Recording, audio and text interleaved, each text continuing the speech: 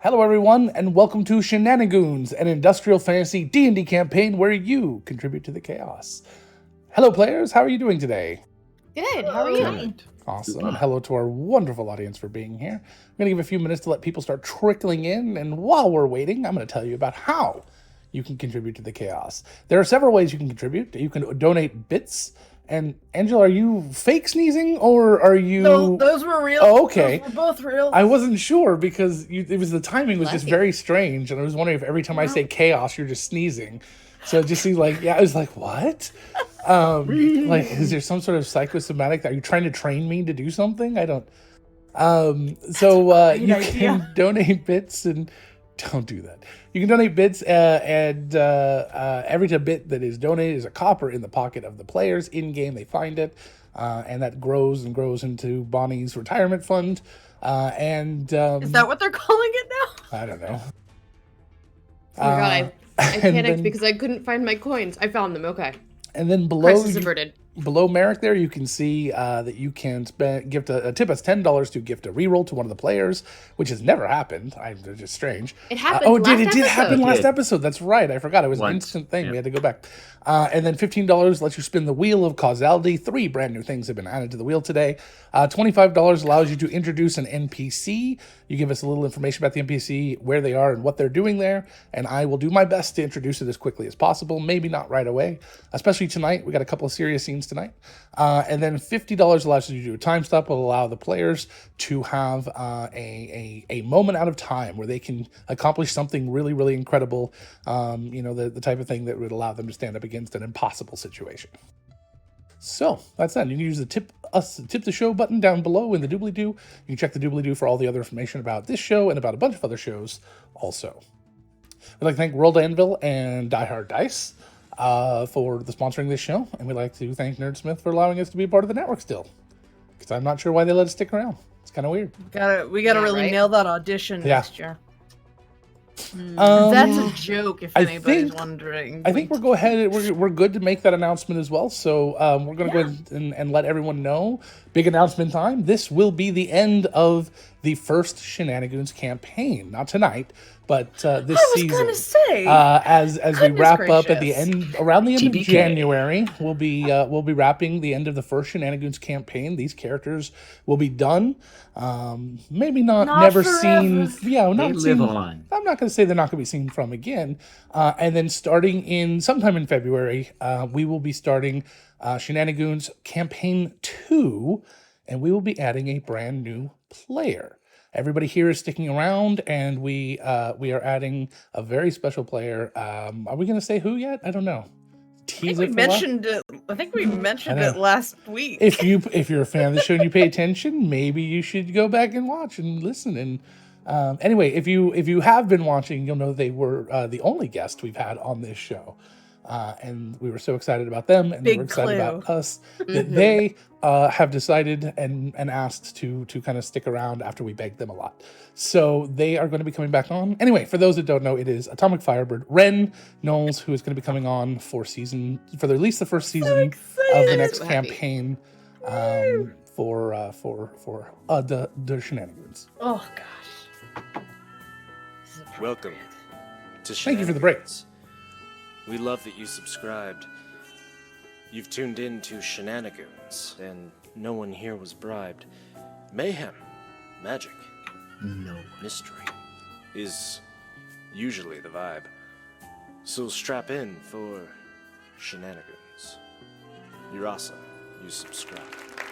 Snaps for Ren. Snaps for Ren. Yay, snaps for Ren. Absolutely. So it's going to be very exciting next campaign. So that will be an amazing time to get new friends into the show, to get new people in the show, to basically con everyone you know into watching the show. So that will be coming. That'll be coming, and there will be there'll be maybe the occasional reference to what happens on the show. The show is going to stay overall very similar with the tipping and things. We got some new ideas that'll be coming. I've got some new wheels of causality that'll be hitting. Oh boy, some And, ideas. we've got a lot of neat things that are going to come around. But yeah, so that'll be a great time to see. All right, so last time, you guys went on the hunt for a magic artifact. What was the name of that artifact? Does anybody remember? The salt lantern? Not quite. The salty The salty beacon Salty is what the archaeologists call it. Behind the I'm behind the inclined- screen. Guide. I don't know. I'm The inclined Lotus to Guide. believe the Lotus, experts on Yes. such artifacts. The Lotus Guide, also known as the Salty Beacon, is a magical lantern made out of rock salt. A special glowing sort of rock salt that comes from this desert that you're in. And you went to the lost city of Ibrith, which or Ebrith, or whatever you want to call it, which you then went to a temple that you found in this this ancient Fire Ganassi city. It's actually on the outskirts of the city. You assume the city may have reached this far at some point, but the sands have kind of just decimated it up to this point. Like the days of our lives. The sands of time. The sands of time. We That's are how that nothing goes, but the right? sands in the time. It's something like sands through the No, hourglass. I know what it really is. I It's think I just missed feels- all 45 years of that show. I don't know. I just feel like lately it decimates the land like the days of our lives. Yeah. Sorry, we're all happy here. Like the president. So happy to be here. Sorry, it's You- political, sorry. That's okay. You met the Guardian, Simlo the Green, who was happy Fuck to him. put you through the trials. 3 trials you had to face, and then you had to discover the Song of the Sphinx, all done within a single session. You guys were amazing, and at the end of it, you retrieved the Salty Beacon. Logan? Yes.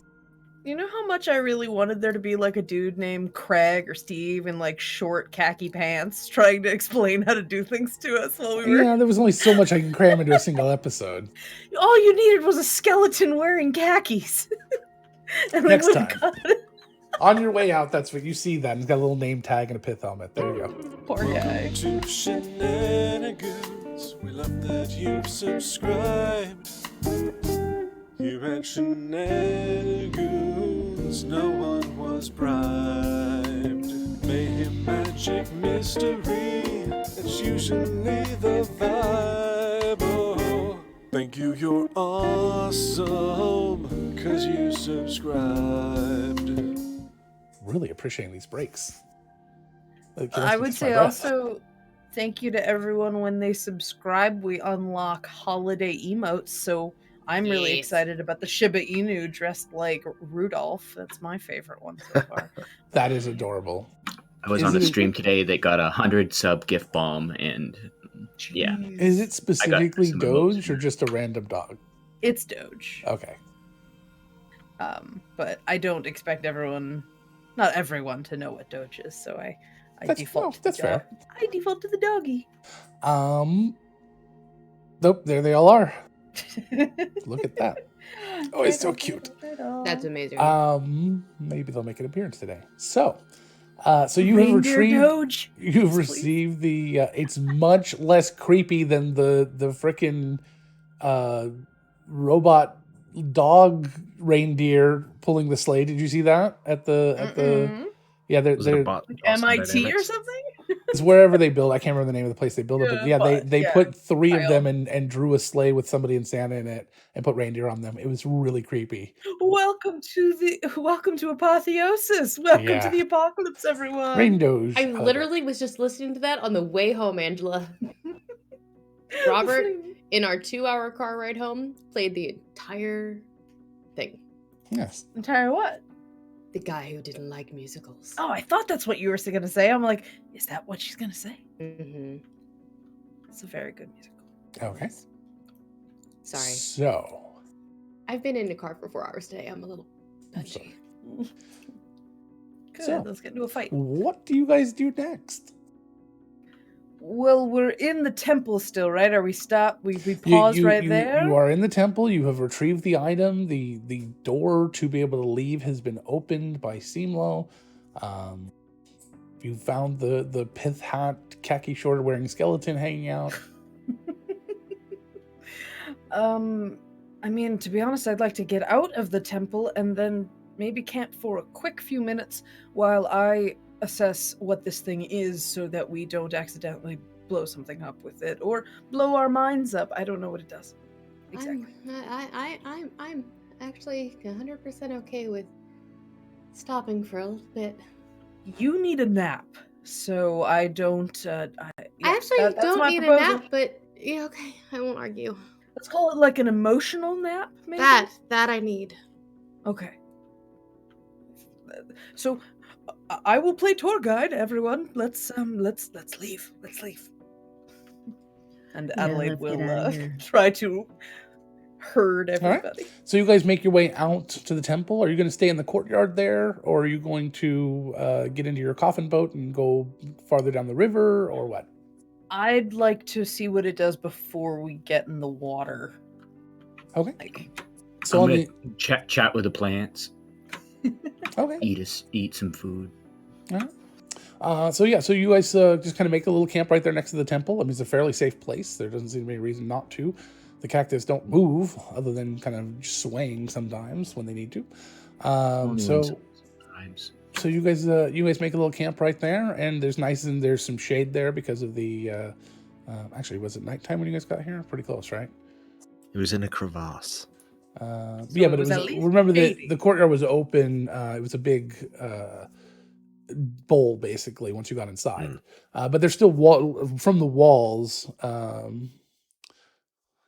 There was some shade, so you guys find a nice shady place to bed down. If you needed to take a full night's rest, you could before returning. Or figuring out what you're going to do next. And Angela, you sit down with the beacon, the salty beacon. Yes. I would like to take the 10 minutes to cast it as Sure. a ritual. Okay. What is everyone else doing during that time? Investigate it. Bonnie is gonna kind of, at the side of the coffin sitting in the water, she kind of skitters backwards slightly and then just goes and sits. Yikes. Like, nope. I'm just gonna sit here now. I'm fine. Everything's fine. How are you? We're all fine here. That's all right. I'll just put the coffin away then. We might need it. No, Again. bring it right back out. It's No. not like That it's was going once a anywhere. day. What? Isn't that item once a day? Maybe I'm wrong. I thought Let it me was. check.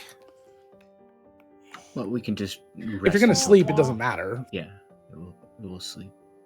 I'll pass out food that I gathered to Okay. everybody who would like some, and like I said, just talk to the plants. And I'm not saying anything specific, but It contains air and sustenance for 24 hours for someone who is inside. That's Right, the but only the item it restriction. comes from it's your The puzzle. the puzzle. Yeah. I thought that was once per day. Nope. Not previously established. I can write that down though. Yeah, I'm pretty sure it was when we first did it, but we can double check and go back. But Cool. not a huge deal. Val's gonna keep an eye out while everyone's doing those things, just to make sure nothing surprises us. Okay, it doesn't seem like Arthur gets the cactus. They offer him some of their fruit, so he has a little bit of some cactus fruit.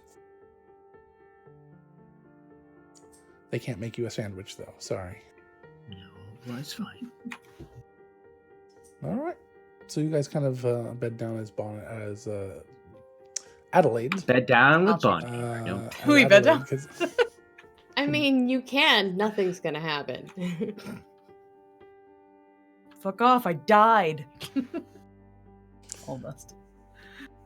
So Adelaide, as you finish casting the spell on the ritual on the item, it sort of starts to glow, and it didn't have much of a glow before. It did have a little bit, but it was just like maybe not even a candlelight, and it just kind of starts to glow. And as it does, you don't have any information from it. You get nothing.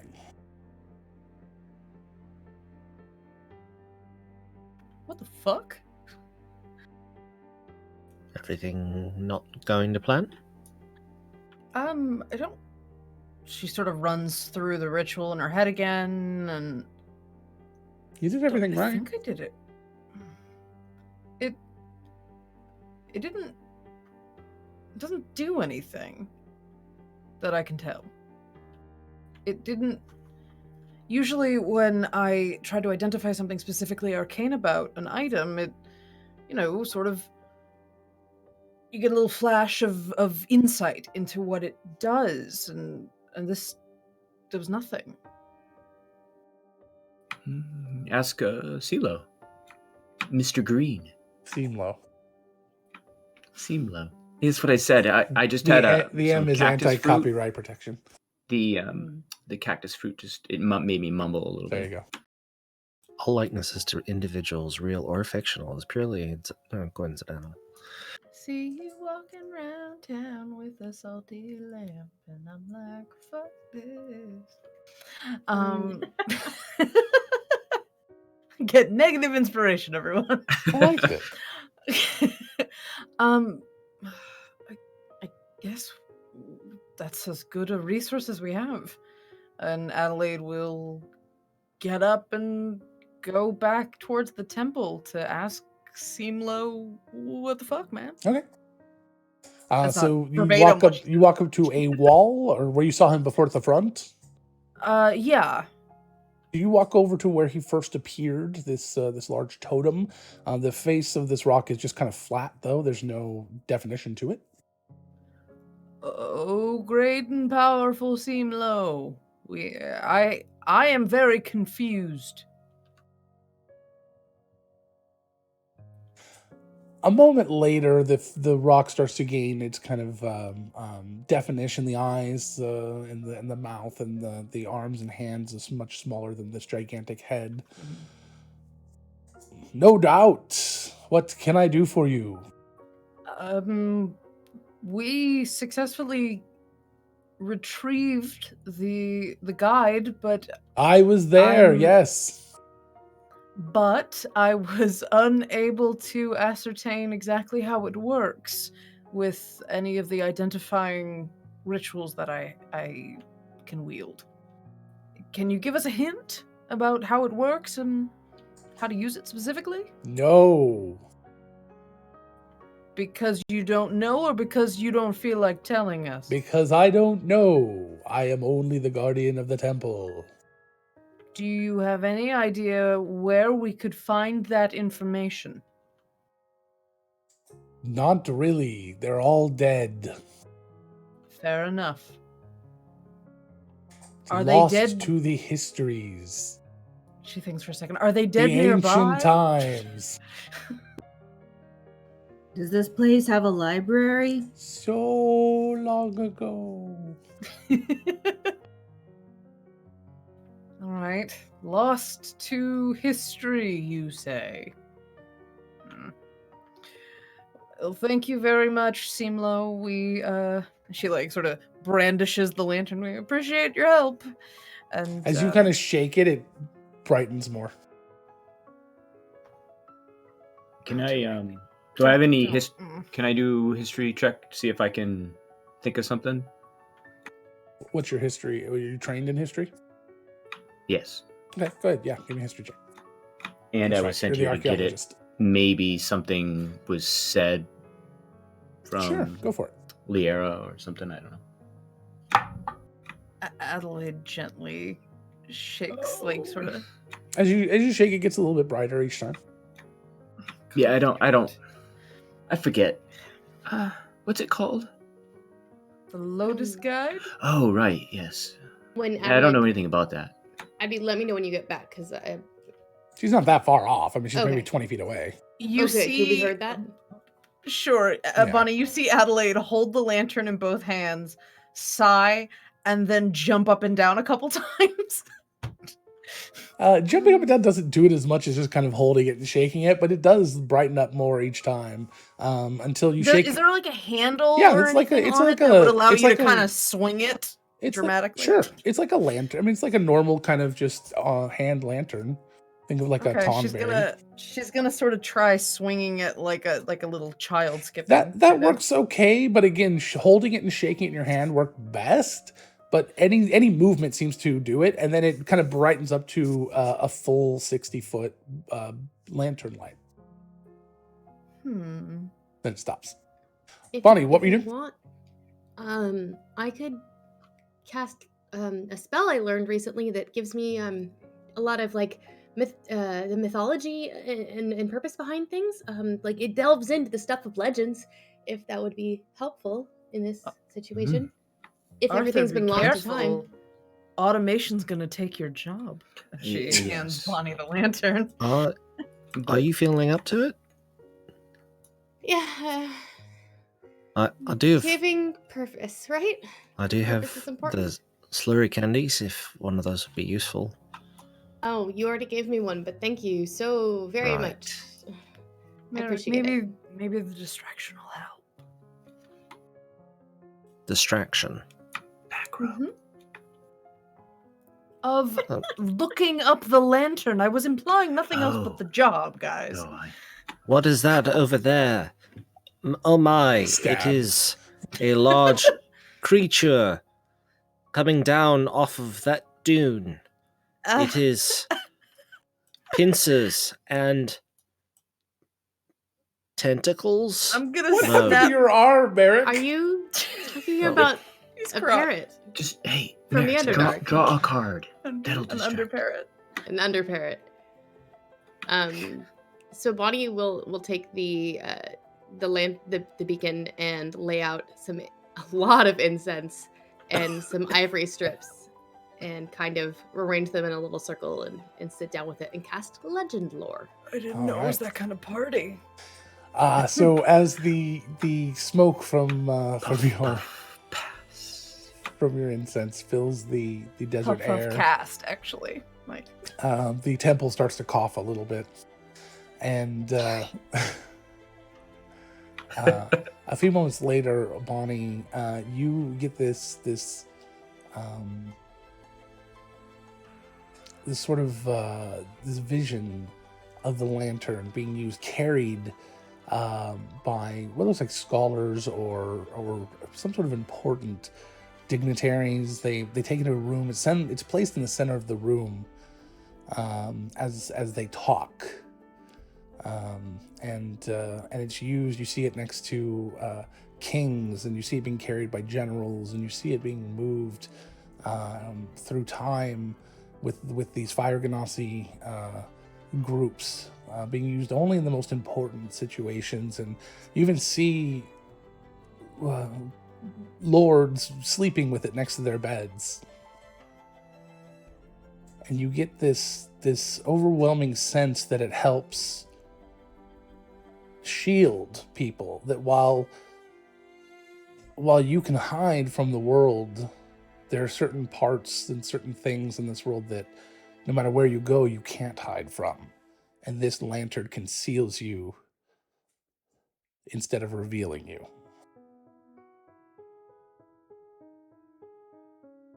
Huh. So it's like an anti-scry. It oh wow. it protects you from being discovered. And I'm not entirely sure how we would use it to find the person who now has the Nexus manipulator. But maybe there's some way to use the magic inside the beacon to reverse find something? Well, That one's a little beyond me. Maybe it's a situation of sneaking in somewhere and you don't want to be found, trying to track someone, or this is a little more abstract, but maybe if it keeps you from being detected or being divined, maybe it protects you from the effects of the manipulator because it can't find you. Oh, that's a brilliant idea. Lots of reasons to not want to be found. Gain inspiration, Angela. Ooh. Bonnie pops up to you and plants a big old kiss on your forehead. You are fucking brilliant. You know that? She reads all the time. I mean, constantly reading. I am aware, she says, Good. flustered by that. So the more you sit and talk and think about this item and maybe even test it, some of the side effects will become sort of apparent. One of the big things is you cannot send or be sent to while in the light.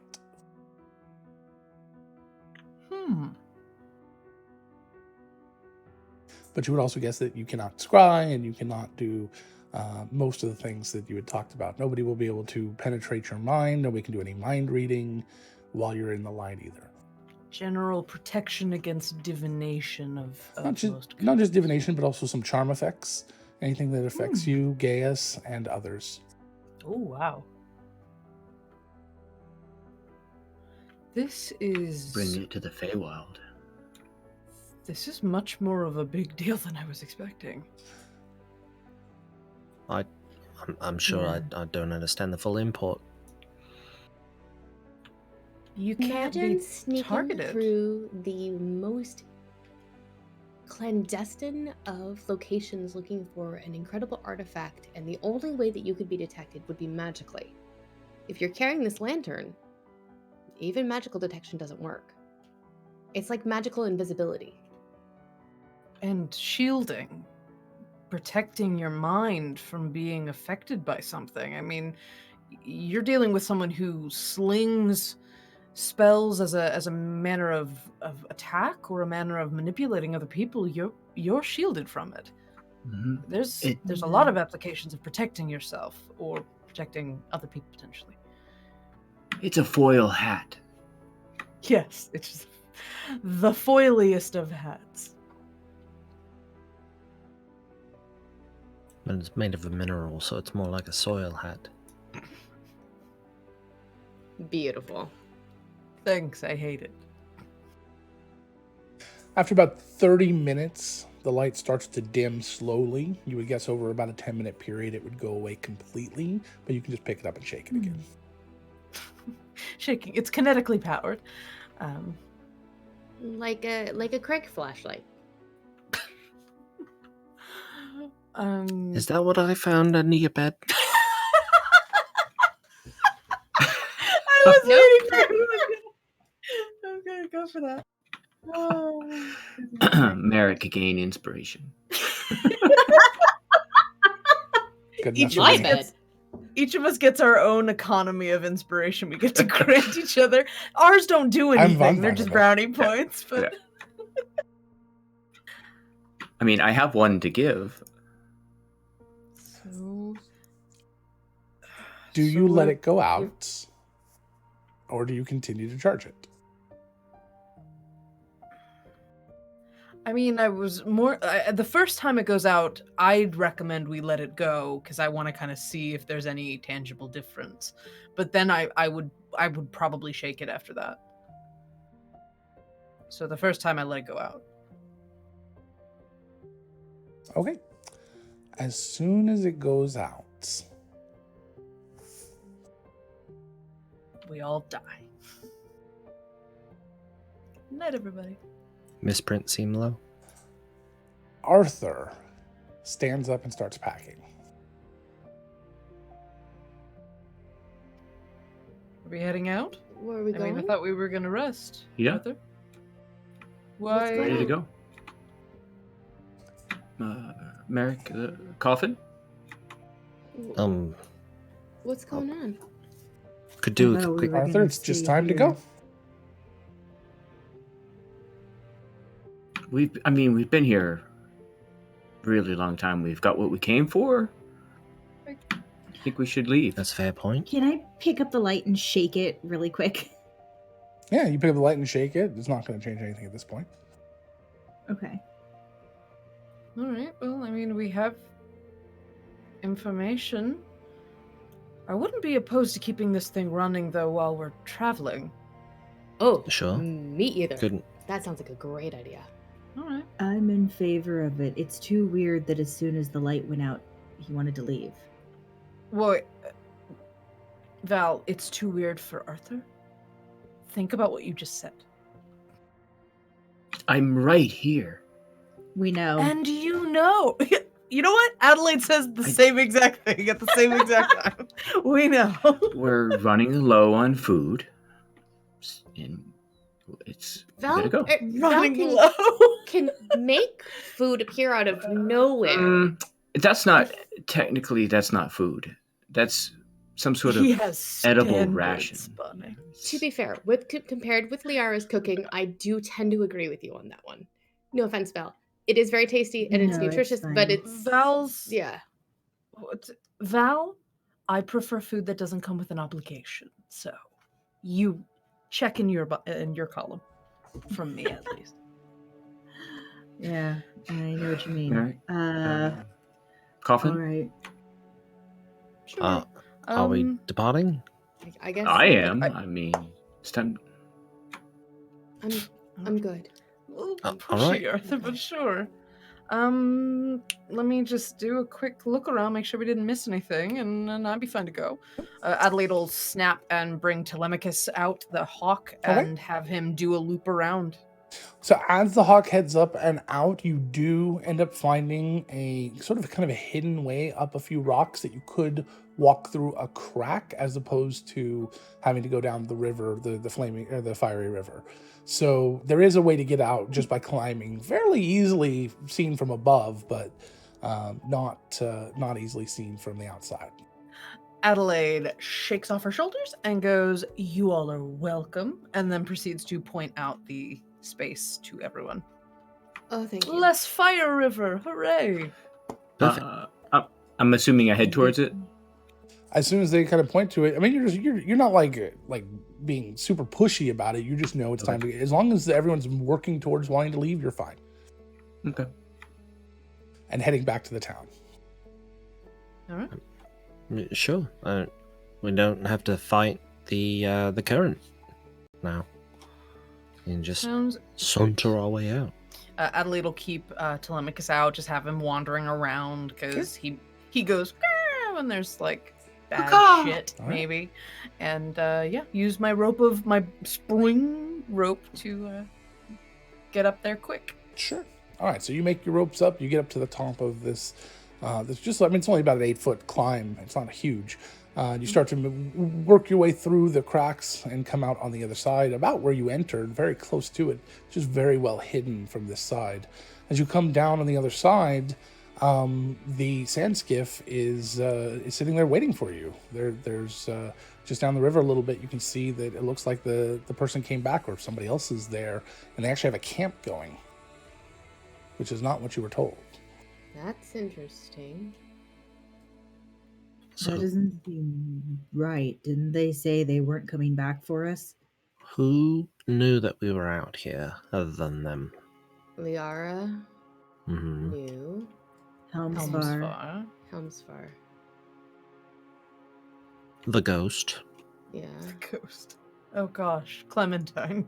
Ooh. Right. What other powers Possibly does she wield? Possibly whatever proctors were in the room next to ours. Sure. Mm-hmm. Although, presumably they would be ones Helmsvar sent, I assume, but I don't know. Val, keep that lantern going if you don't mind, or I can do it if you want. Either way. We can How all about I take hold on turns to it? shaking it. Sure. How about I hold on to it so that you have your hands free? Sounds good. Let's be cautious. What about, if you like, clip it to your belt, and then Shake just it let and it naturally, as you. It's got to be purposeful. Yeah. I can Adelaide put it does. down and Adelaide only walks with nothing purpose. without Thank you. purpose. Does it have something you can hold on to, though? Is there a way we he could said it was strap like it a. to ourselves? Yeah. He said it was like a hanging lantern. It had Okay, like so- the ability to hold it. And it's not hot, it's just lit up. So I'm gonna take my rope out. Can I wrap it around the lantern and then create almost like wrapping it around my arm, basically? Not like, kind of wearing it like a purse. We each Sure. come over and shake it, and it just stays hanging on Val. Val, hold on. I gotta hold on. Stop moving. I gotta shake it. How Sure. far are we from the skiff? About a 10-minute walk. Bonnie just goes over, picks up Val, and shakes her and puts her down. Strange rattling sound. And yeah, Adelaide. I assume Arthur's making a beeline for them without much reservation. Not incredible, but I mean it's the Okay. way to get home. Arthur, you're pretty sure that is. You weren't expecting That's how we it, got here. but We're not gonna walk yeah, back. You're definitely not gonna walk back, especially with it getting darker. All right. They're there. We might as well take advantage. Just be cautious. There's no other sure. reason for them to be out here that you can think of. Other people probably got a ride and asked them to stay. We'll pay them more and head back with them. They didn't even offer to stay if we paid them more, though. They just basically said, "Here you go, guys, bye," and left us here. Well, maybe they So, changed their it tune. seems- I'm not about to say no to a ride. Maybe I am if it comes with stabbing. it's Marco. It's on site doing a portrait, releasing his new line of fashion. Sorry, my arm disappeared there. What? I don't know. I don't think the audience can see your arm disappear. It's pure supposition. Adelaide will walk with Arthur, pat him on the back. I'm with you. Let's go. So as you guys start to Especially if head, it's fashion. as you guys start to head over there, you can see the gentleman with the skiff and the little camp. He stands as you start to approach, and he kind of waves at you. It is a different person than you'd seen before, but it's a similar type of skiff. Oh, It makes a different noise. hello? Yes. Hello, how are you? Well, thank you. You're a new face around here. We're hoping to get a ride back to, Yes, that is why I'm here, to give you a ride back. Is that something that requires payment? Would you like No. that up front? No, it's been paid. By whom? He kind of pulls out his book. He looks really confused for a moment, like he's unsure of why he can't really remember. And he pulls out this little book and starts flipping through it. I don't know. I'm sorry. I seem to have forgotten to write it down. What did they look like? I don't remember. Where are you supposed to take us? Back to town, maybe. I don't remember. I mean, back to town is where we're heading, so if you wouldn't mind, that would be lovely. Sure. Yes, of course. I mean, it's been paid for. It's fine. And 2 nights of waiting here. Adelaide is going to step a little bit back from everyone, like take a couple steps out of the way while they're talking to him, and pull out a copper piece. Okay. And cast Detect Thoughts on this individual. Okay. So you're going 60 feet away from Val? Oh, that's right. He's in the light. I forgot. No, that's a good point. I had totally forgotten about that. All right. Downside to the lantern. Because he's in the light. Mm-hmm. Well, Val's there, I assume. Does it prevent us from being able to cast magic like that? Or just from you being affected by magic like that? Do we not know that difference? Don't really know. Okay.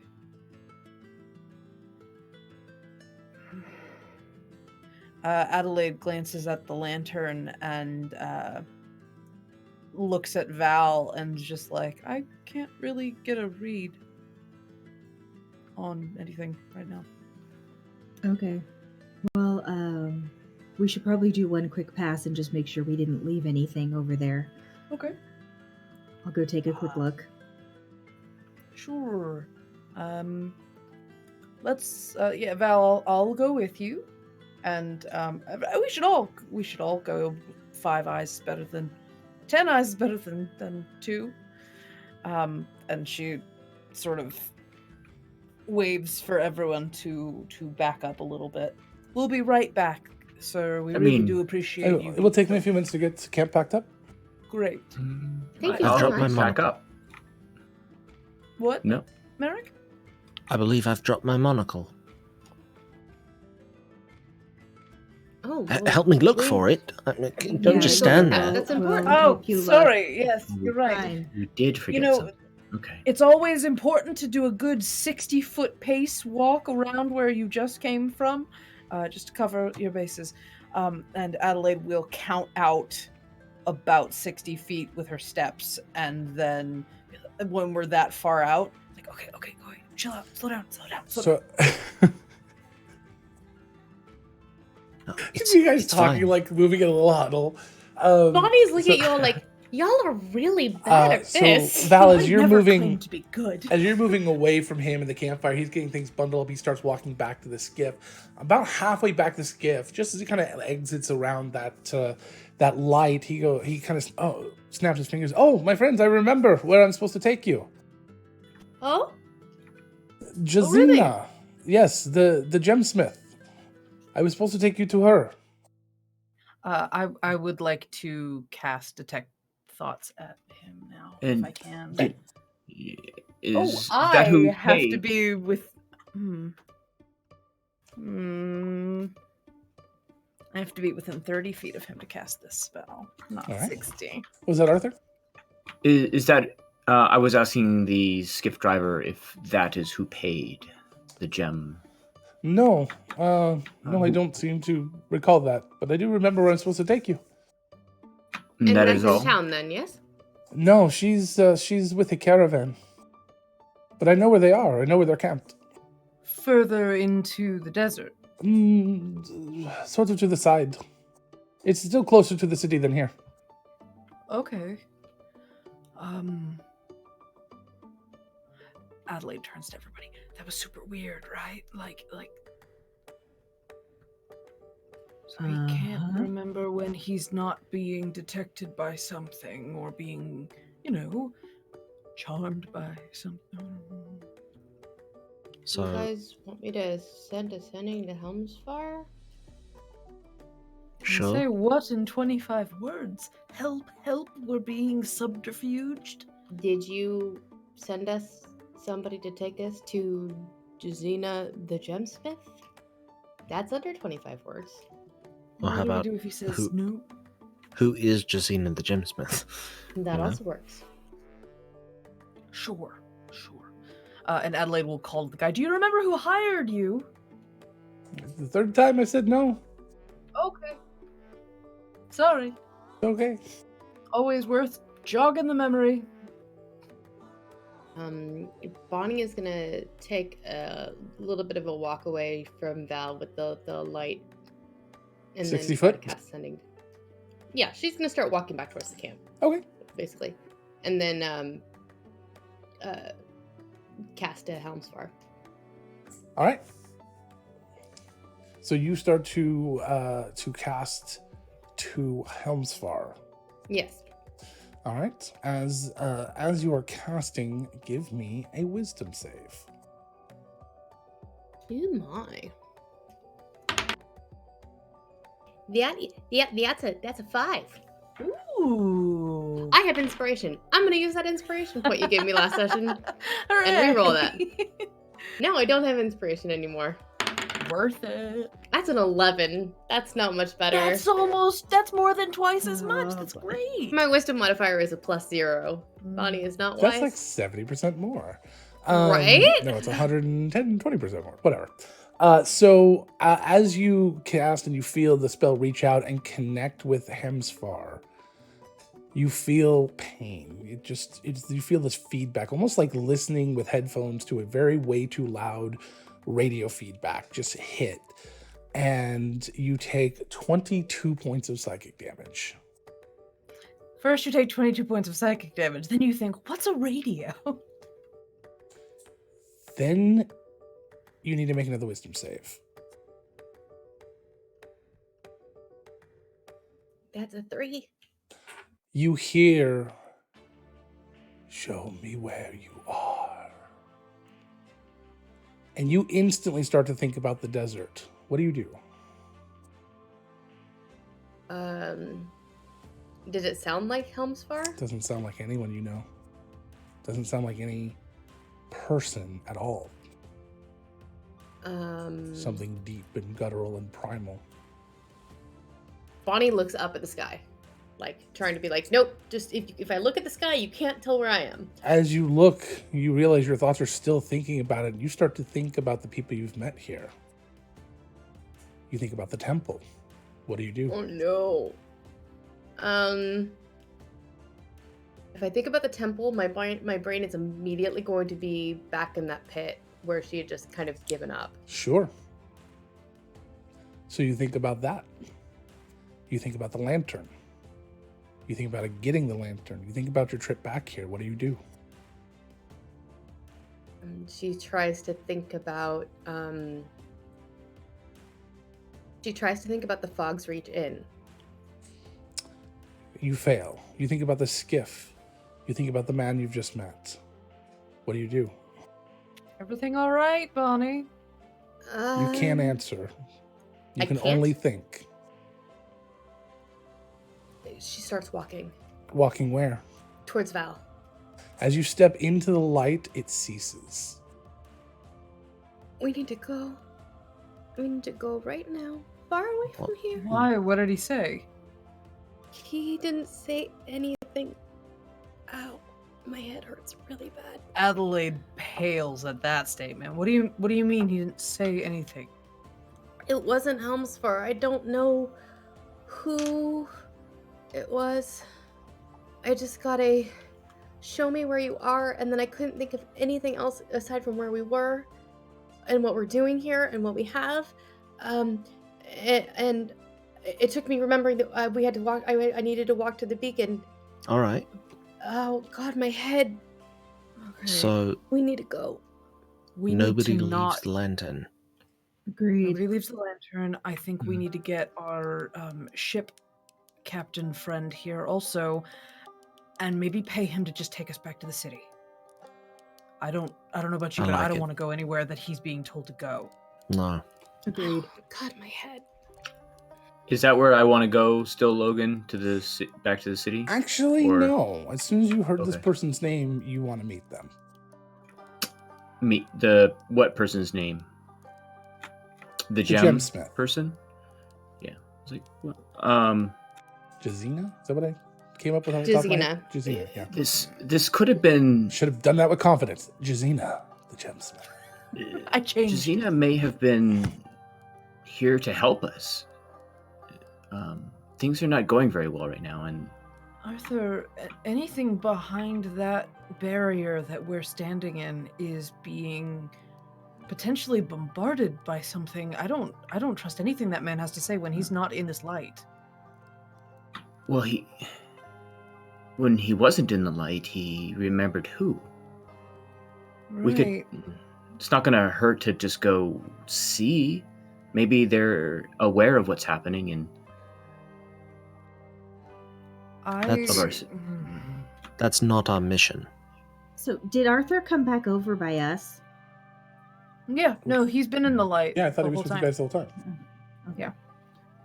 Arthur, are you feeling okay? And Val's gonna put Yeah. her hand on the back of your head and cast Greater Restoration. Hold on, I just need to take your temperature. It's fine. Nothing seems to change. Arthur, you feel fine. what did you just do? I cast Greater Restoration. She's a Because I medic, don't Arthur. It's trust her you job. right now. I feel fine. Arthur, would it, if we put it down to a vote so that we could make some sort of decision here about what we're doing, would you abide by that decision? Would that be Sure. okay? I can. All right. All Why those in wouldn't I? favor of going to see the gemsmith, raise your hand. Val crosses her arms. Bonnie, I don't know. I think maybe there is a reason. But then again, Yeah. I'm not. a big scary reason, potentially. So all those opposed.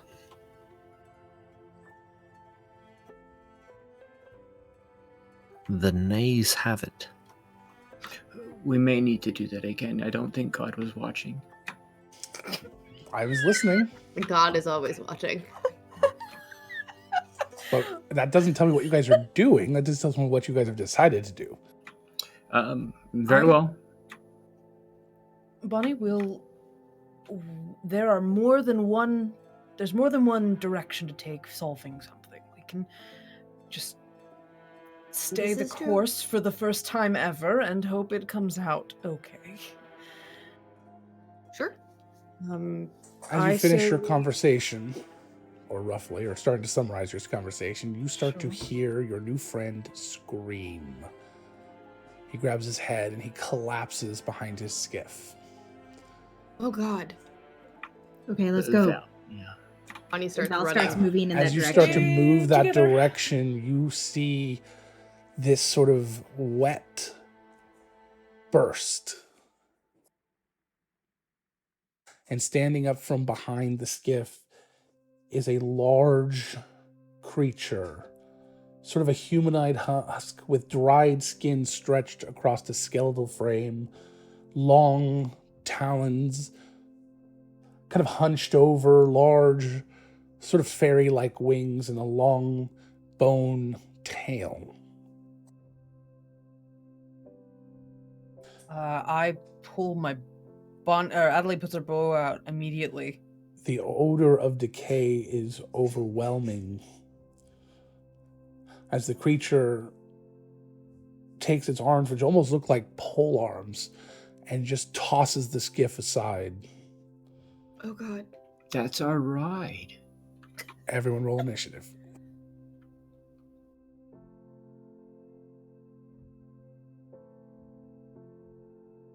Put it in, I guess, 15. 14. 12. 19. 18. Nice.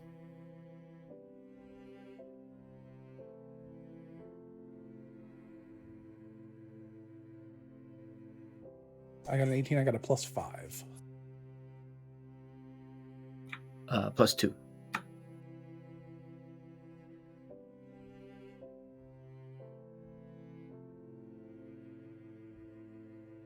Okay. So, we have initiative yet?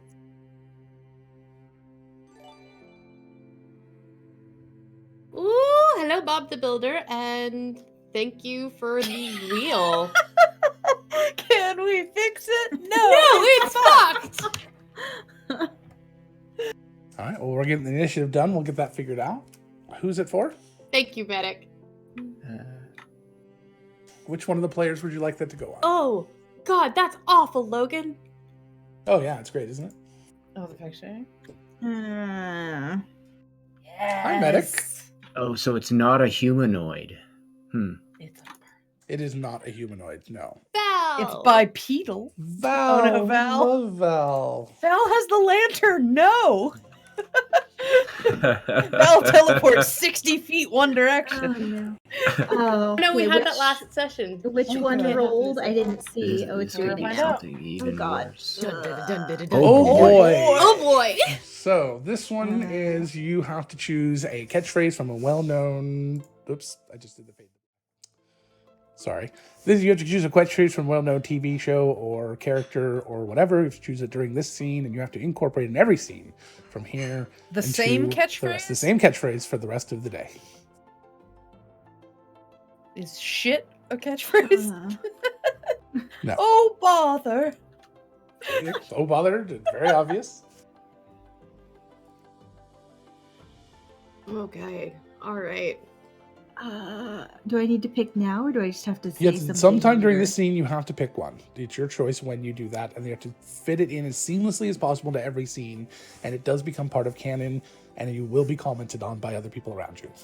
Glorious. Okay. Who's first? Merrick. Merrick. and then you. So you are all 60 feet away from this creature. In the sand, which is difficult terrain, but we're not going to worry too much about that right now. Could be hard sand. Back to the temple? That's across the river and down a bit farther, so you could do that. To grandmother's house we go. Across the river, like, we could go down the crack, yeah?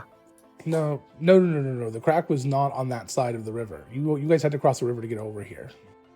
I didn't. We just kind of glossed over it. But I did say he was on the other side of the river. So Got it. But in combat, it's going to be a lot harder to just cross the river without us just glossing What? over it. Why? Right. So Merrick is going to pull out his bow and will take a shot at the thing. Okay. All right. Go for it. Before moving 30 feet away, staying within the light of the Sure. compass, but wants to move back towards the temple. So you're going to go farther away from this?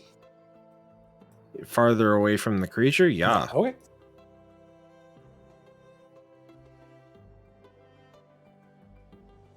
Nope. All right. So if you guys would like to just make this a little bit faster, pre-roll any d20s to have on your ready when you get to your turn, that'd be great. Who's next? You are, because you have a higher right. dex. So this creature looks at the group of you, seeing Merrick kind of sneak off by himself and dimension doors next to Merrick, and then takes his full attacks, which will be an 18, 21, and a 23 to hit. Yeah, I'm a squish. All right, so that's a 16 plus 13. So that's 29, 39, 46 points of damage. Do you have any poison resistance? Do I look like a dwarf? Please give me a DC 14 Constitution save.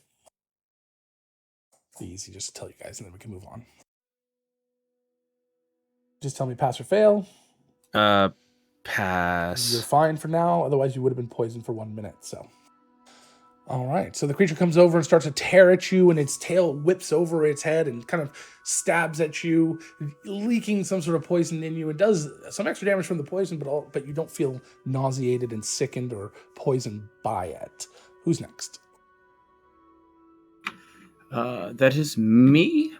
I'm near it now, right? It came over near our group. It is 30 feet away from you. You are medium distance. I move my walking distance of 30 feet, So and you are now close? shove it with my shield. All right. For a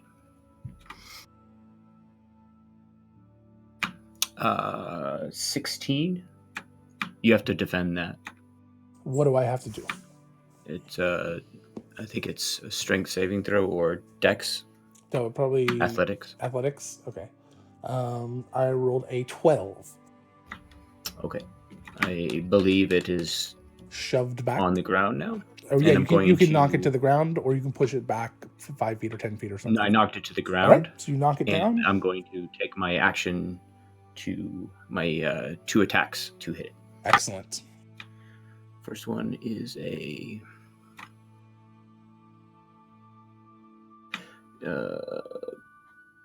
28 and a 12. 28 hits, 12 does not.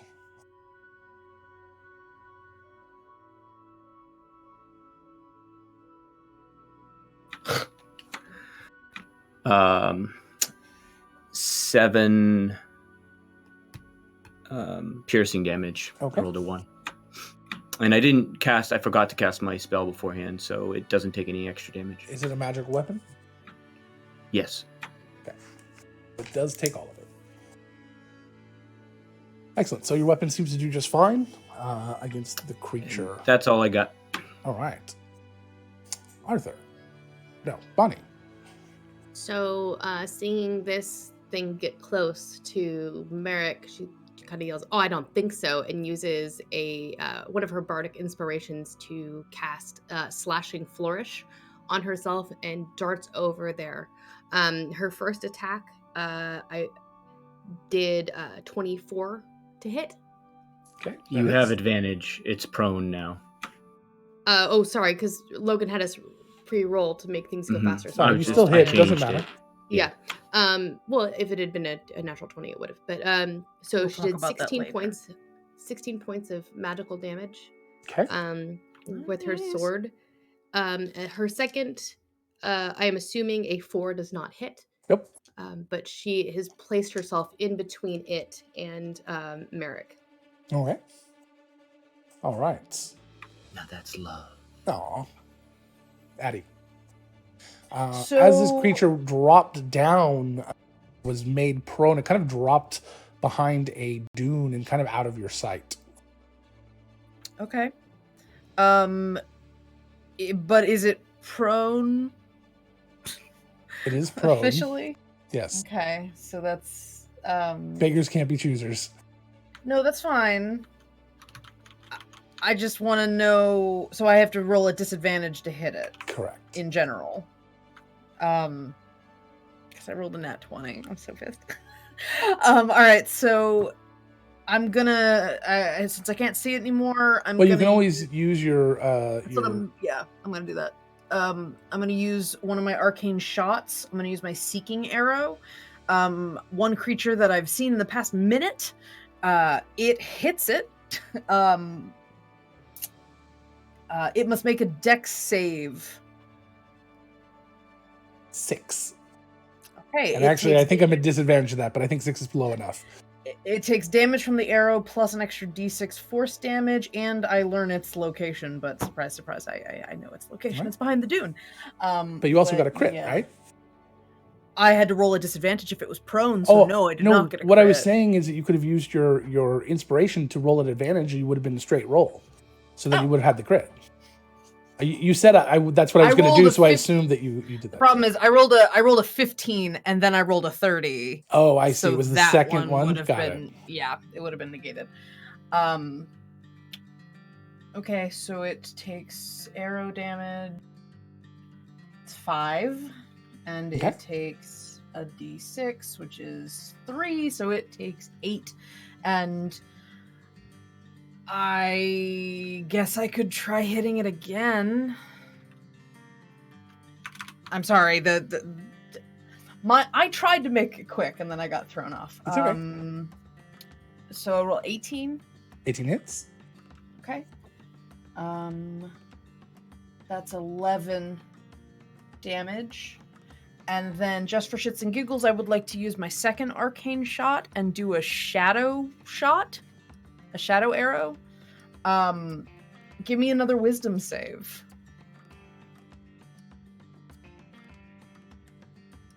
Okay. 10. It takes 7 psychic damage, and it cannot see farther than 5 feet away from it until the start of my next turn. Okay. And that's all I can do. I shot Beautiful. my arcane wad. All right. Val. Okay. So I'm guessing Merrick looks really bad. Very. Okay, that's what I suspected. So, whoever I'm standing next to, it's probably Adelaide because we're usually a little further back since we don't fight close up very often. Not typically.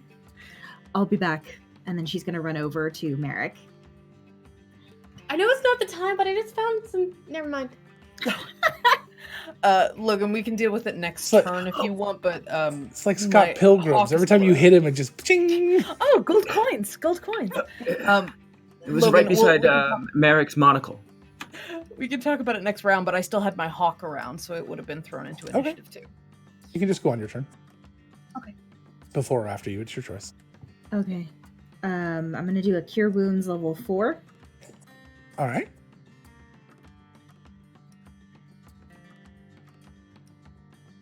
Thank you, medic, and thank you, medic. 22. 22 hits. Not huh? No, 22 hit points back. Oh, sorry. Merrick takes 22 points of damage. You're dead. Okay. And then she is gonna turn to the creature and just look at him go, no. And I need a con save, DC 16. Oh, no, wait, sorry. I did the wrong one. My bad. Never mind. Can't Never mind. roll over a 10 today. That's a good thing, but never mind, because I forgot that Cure Wounds is an action. Okay. So there is nothing. So, But- all right. So that was, yeah. All right. You just say no. No. Bad bone. So, top of the order, Merrick. I So- cast mom voice. That's perfect. That's I got him. Delightful. All right. Well, bonus action to disengage, to be able to step away, and then he'll move away and fire again because Bonnie's right next to it.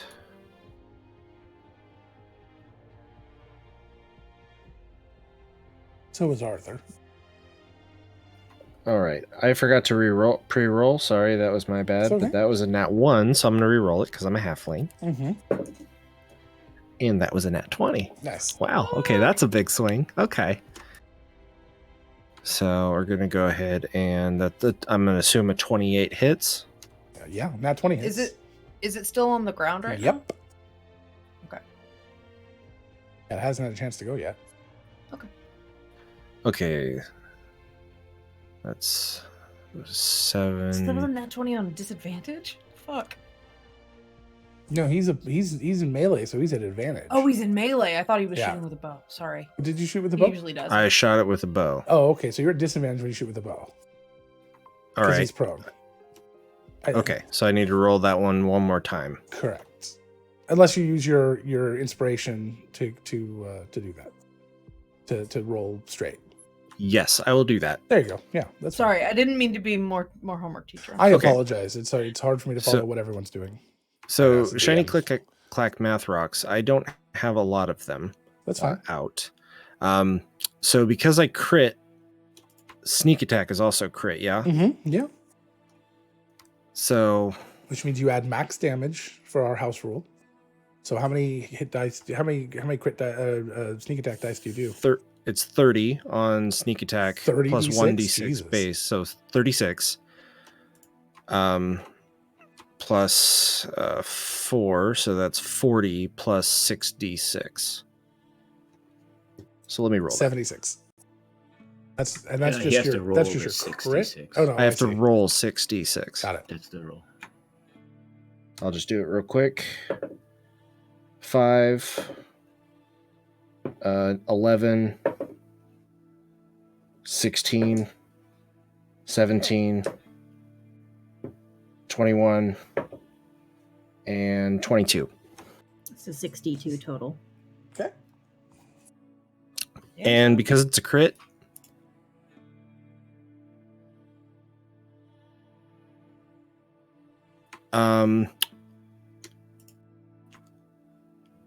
roll 1d100.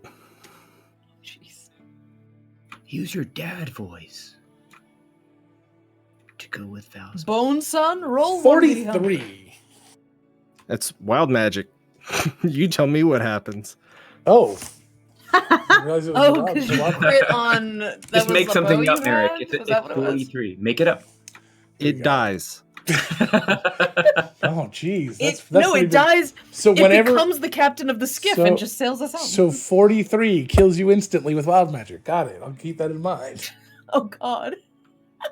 I don't know. Merrick made the rule. No, I said it dies, not No, but it not kills. the, The point not is, the next time target we dies. roll a 40. This Oh, specific creature dies. weird. This bone demon from episode 5 of this season. Somebody's broken. Okay, so appearing next to you, Oh God. about 5 feet away from the creature, is Brindlehooves the unicorn. What? A unicorn controlled by the DM appears in the space within 5 feet of you and then disappears 1 minute later. So he appears. Oh God, what have you guys gotten me into this time? Oh, fuck. Hi, Brindle. Hello. We're in fighting. Don't say hi. Run! I just recommend running! All right, Boney McBonerton is going to go. Not I be able assume you're to done, see Merrick? within 5 feet in front of Yeah. him. Can only Yeah. see So- 5 feet in front of him, right? Correct. Yeah. Yep. So he Yeah, can hit so me Merrick, and Arthur, Arthur. or Bonnie. I moved Oh yeah, away. Okay. Mark moved away. Got it. All right. That was so- gonna be my. I need to know though how close are because Val moved up to heal Merrick, so I need to know like where people are in relation to me because Arthur, Remember, Merrick, it's- Bonnie, and you are all by the creature. Yeah, it's close, medium, or far. Those are your choices. We're all close except for I Adam. I need to know who's within 5 feet of me for my shield ability. Anybody who is close counts as that. So if you moved Okay. up to the creature, it's Arthur, Bonnie, and you. And Merrick. Okay. No, Merrick moved back. Merrick moved the America's medium to shoot. no. All right. So the creature turns to Arthur and comes down on him with No. Is that just want to see if it works? with his 2 claws and a sting attack. Claw is going to be 16 and 19. 19 is my AC. Okay, so but that one hits. That's 8 points of slashing damage. Oh, you got something to do? Sorry. nah, I'm not going to do it. Okay, and then a nat 20 on the sting. No, it's not. I'm gonna invoke my ability Roll and make it. it not a natural 20. Is that the armor? No, that's just an ability you have. It's my ability. It's It's eyes still a of the nat great, 20. It's just not a crit. correct. It takes away the So, crit. It's still auto Sentinel hits. at death's door. That's what it is. I Alright. can turn it into a normal hit instead of a critical hit. That's fine. So you're going to take 13 points of piercing damage, 17 points of poison for a total of 30. And then I need a constitution save. DC 14. How much damage? 30 total. That was including the That's everything. first. No, 8? 38. Okay, 38 total. gotcha. Con save is a total of 16. So you're fine. You don't take any poison. You don't get poisoned. And then that is its turn, as it also stands up, obviously, and turned. I believe I said that. And Arthur, you're up. The creature just pummeled you and stung you with its stinger. I said no. He doesn't listen very well. What language did you say it in? Dwarvish. Oh, you got it. He's a dwarf. You're right. You're absolutely right. Oh, That's it, man. Booming blade, and then I slash at it with my pickaxe. All right. 29, and it no longer has. It got up, right? So 12 hits. Correct. This is Flailing on the ground like a really sharp turtle.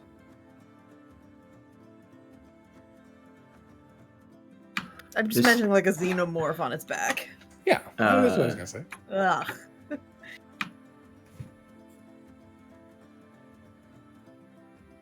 it's going to take 17 piercing, and if it moves, it takes more. 17 piercing. All right. I don't think it's going to be moving much.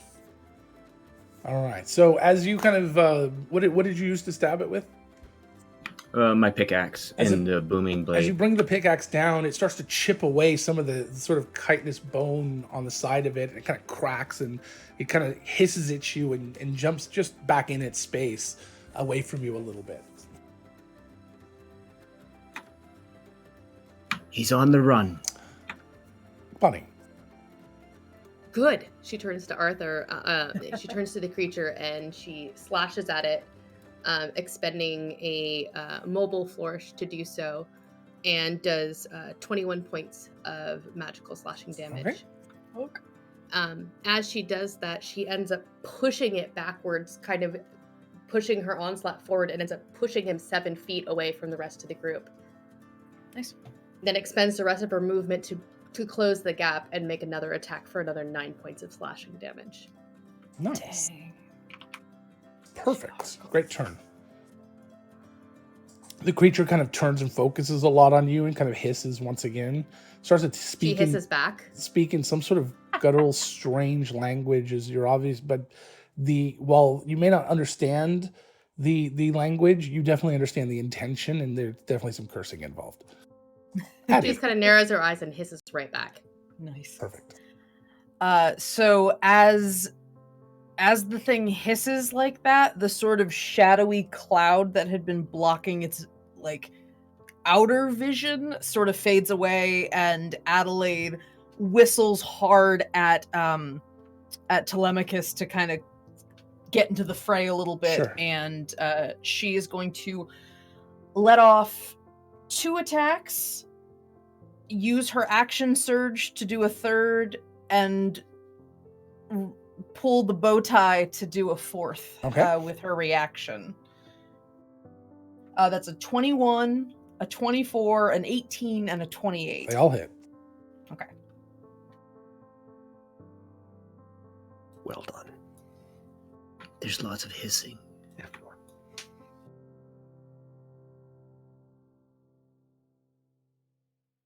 It's 28 points of magical piercing damage. And Telemachus is going to swoop down at this thing and like sort of dive bomb at it with his claws out and try to distract it to give somebody a bit of an edge on their next attack. Try to draw its attention, so giving aid to the next person who attacks it. Excellent. Or specifically Merrick if I have to pick. 'cause How he's much next. was the damage? Or Val, sorry. It was 28 points of magical piercing. Okay. Beautiful. So I think Val's next, so the advantage would go to Val. All right, Val. Well, whoever attacks it next, I think. Yeah, I don't remember if it was you had to call the shot, you had to I call don't the think you aid, do. or It's, if it's fine. Okay. I'm So, not yeah. worried about it right now. Dive bombing hawk. Is it starting to look pretty bad? That was the intention of the cracked armor. Yeah, that was that it staggered. Weary Okay. or whatever we call it now. Okay, so I'm gonna cast Healing Word on Arthur since he just took a hit. Let's see, I'll do level. How many do I have? I'll do level 3. I did stagger that a really bit. quick.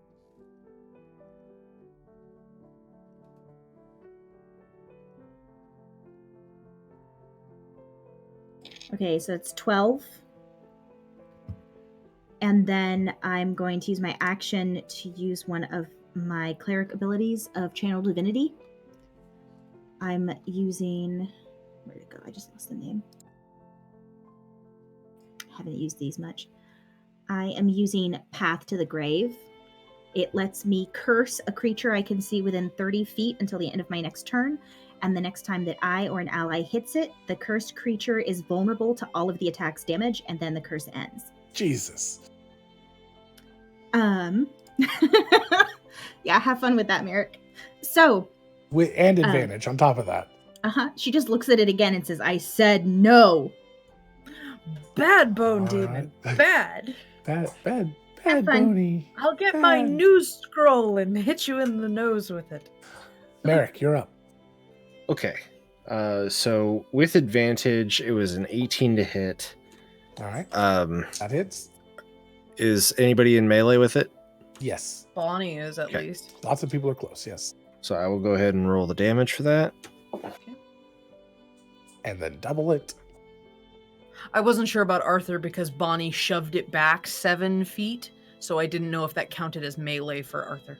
It's still She- kind of close. Yeah, because it moved up and back into yeah. So I'm not. Okey-dokey.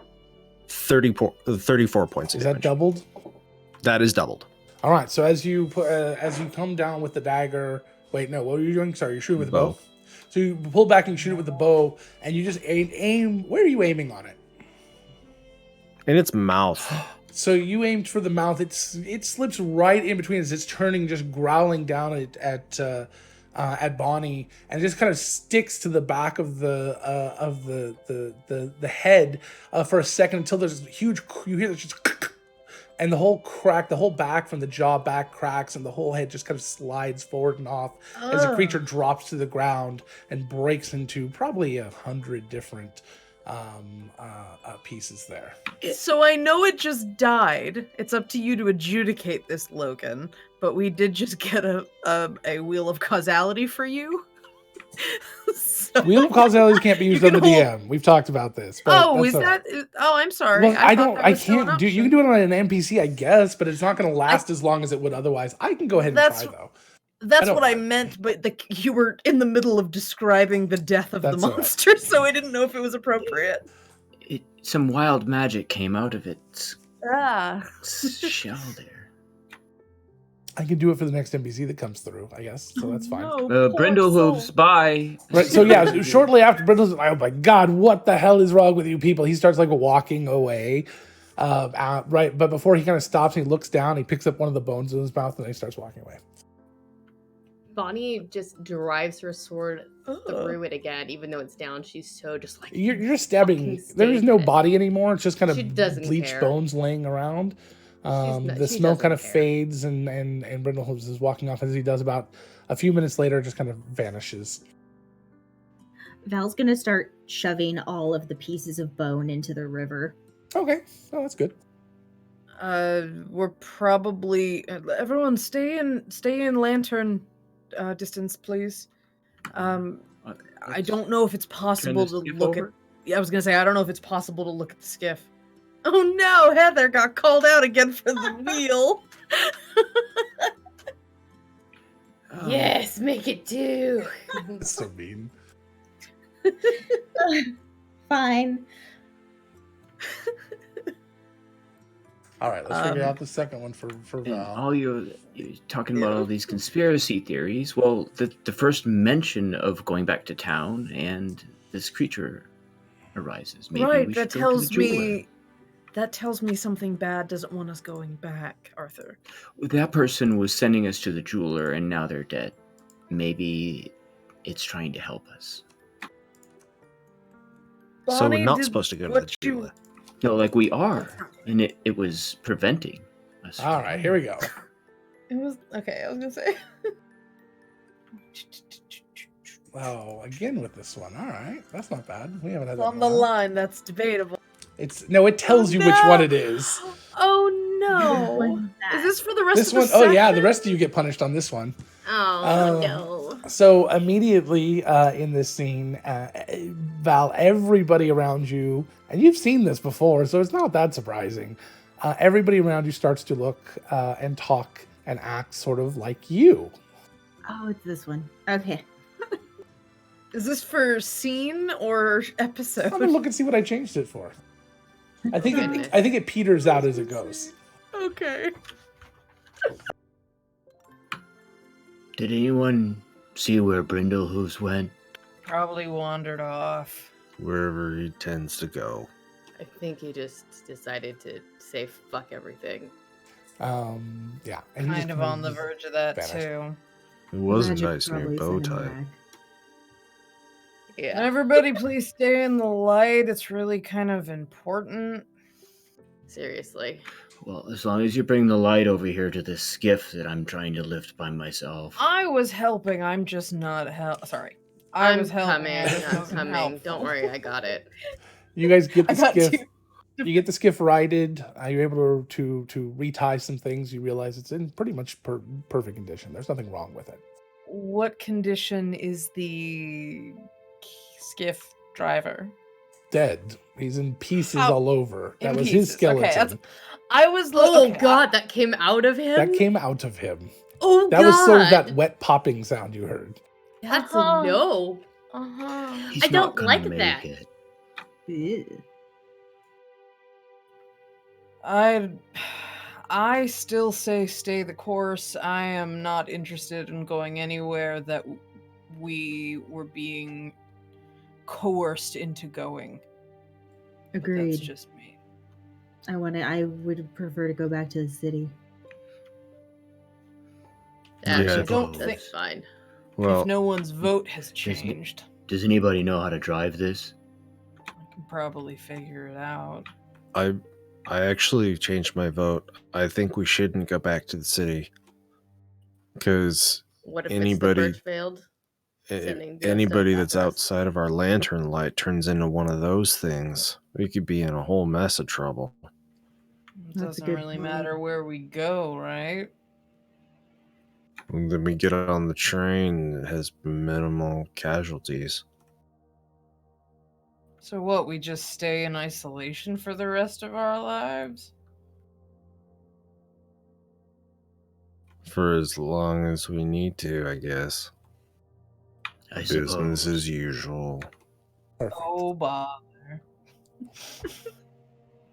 Well, let's see if this thing has an We all auto. turned into Eeyore. Yeah.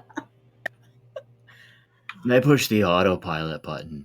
I mean, Well, Bonnie, that's how convenient. similar would this be to a water vessel?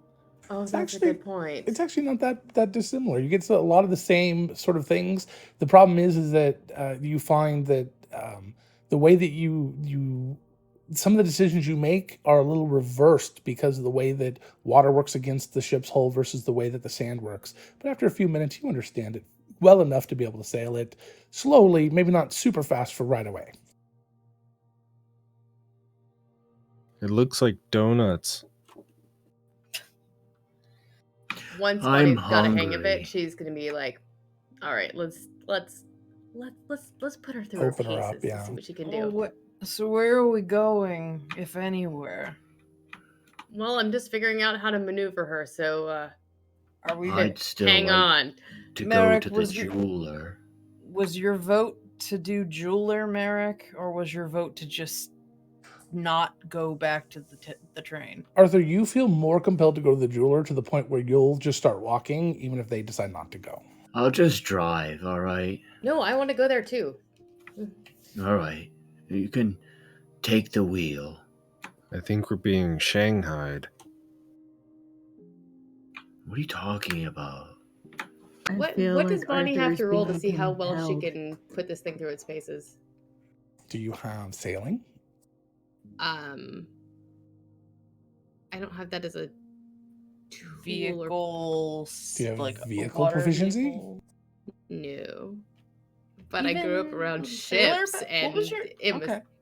I was like, even a and- sailor and background my- would probably give you that. Do you have a Class C license? I'm a dock Class worker, so I C. built ships. Very good, Kyle. Hey! Very good, Kyle. Inspiration. It's like candy. I was going to gloss over it and just kind of let you go. You really want to roll, though, huh? I just want to be really good at it because I'm. Well, if you want to be really good at it, let's just say you're really good at it. But if you Okay, want a no, I'm chance really to, like, good at it. fail miserably at it, then, you know, we can go I'm ahead and roll. super good at it, and I have There you it go. speeding really fast. But you don't know where you're going because- yet. That's okay. I'm just, like I said, I'm just putting it through its paces. Sure. Just figure out how to handle it. But you get to the point where you, along with the help of one other person, two people can work this a lot better than one. But it's doable with one for what they needed. It's just, you know, moving passengers. But if you want to go crazy with it, you can actually do like skipping over dunes and like taking air. And Oh yeah, yeah. yeah, it's crazy. Yeah. But Bonnie is enlisting Arthur with the help on that because Mhm. we're gonna make this go crazy. I'm all for that. Arthur, can you pull that line right there for me? I suppose. Everybody else, hang on for a second. I just want to see if this will work. I pull the line. And she makes it hop a dune. Jesus. Sorry, still Adelaide. Fuck. It's Hop hard a to. It's dune. hard. It's hard to juggle that. How long was the train ride out here? How far away from Ashport are we? A few you think, hours. about. Okay, Adelaide's gonna use her earring to send Animal Messenger to Helmsfar and try to like tell him what's happening. So 25 words. I'll think about it for a sec. While we're driving, I'll think about the thing I try to send to Helmsfar. I'll let you know. Or would you just like to tell me if a message gets out at all, if I should even bother composing it? No, it'll get out. Okay.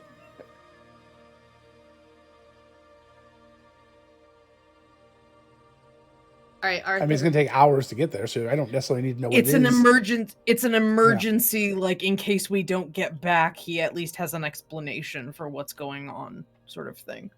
Arthur, which direction is your impulse telling you to go? Oh, I'll just show you. So here. you kind of are able to direct the skiff based on the stars and things. You got an idea of where to go. Archaeologists and all, you know some of the landmarks here in the ocean as well. You knew where this caravan is probably set. I really think we need answers, and going back to the city, I don't know is going to get it for us.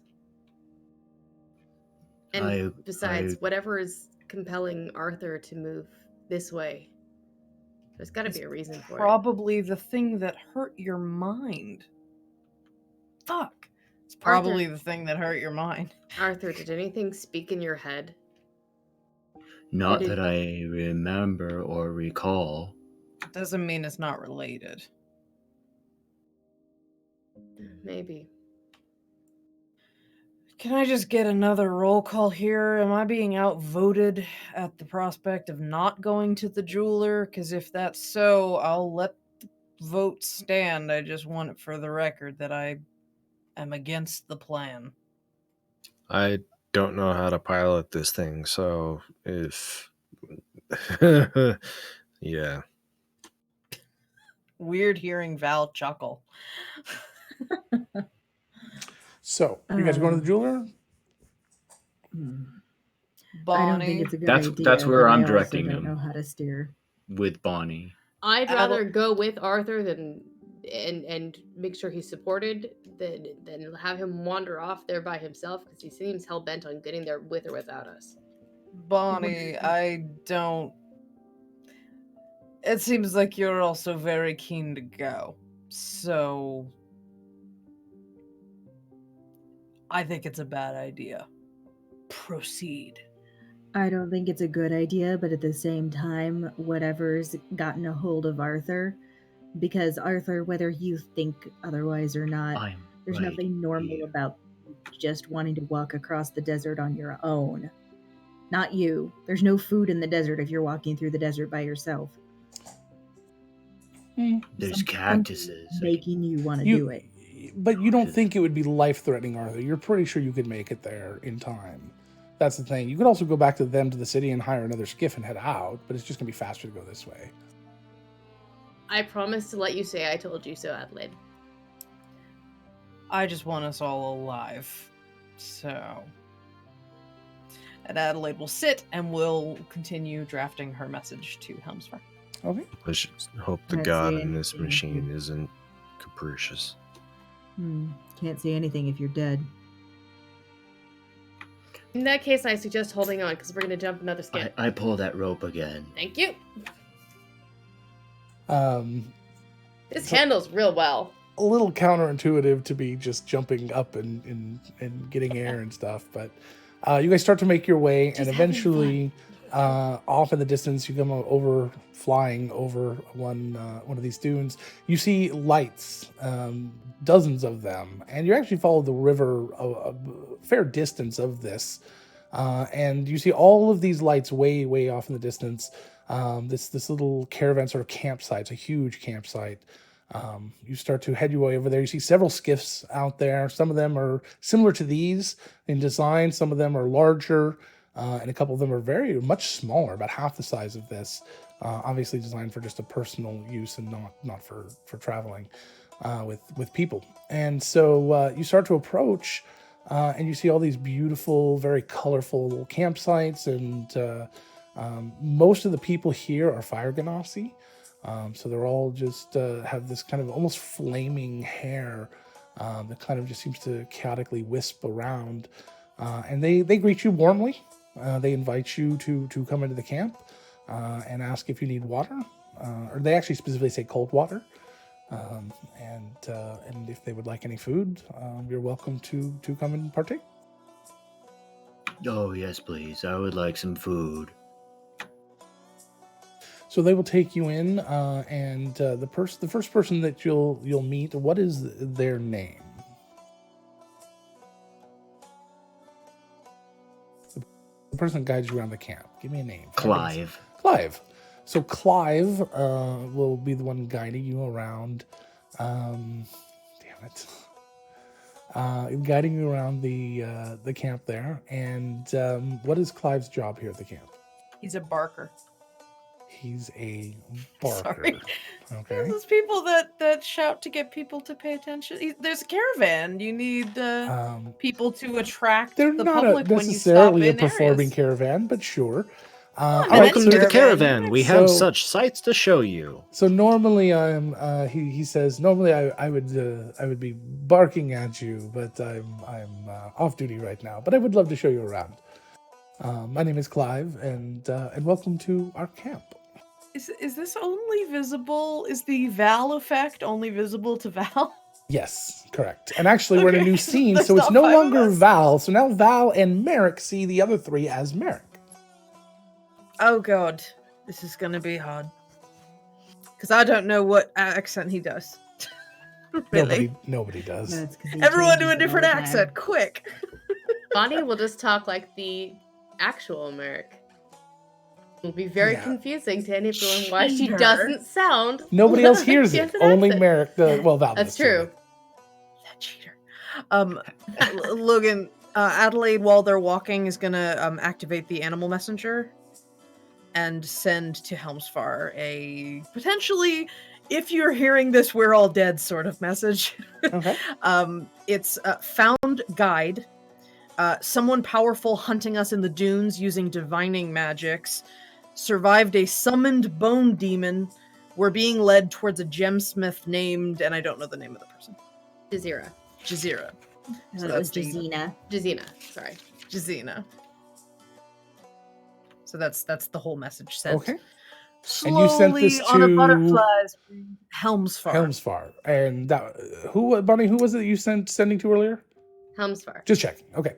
So you guys are in the camp, and there's a few people doing some practicing their their trades, and there are some people. Yeah, there are some entertainers here, and they see you and they wave, and they don't, nobody really pushy with you. You're taken over to the large area where they've gathered all their food, and there are a few people that are not Fire Ganassi here who are enjoying as well.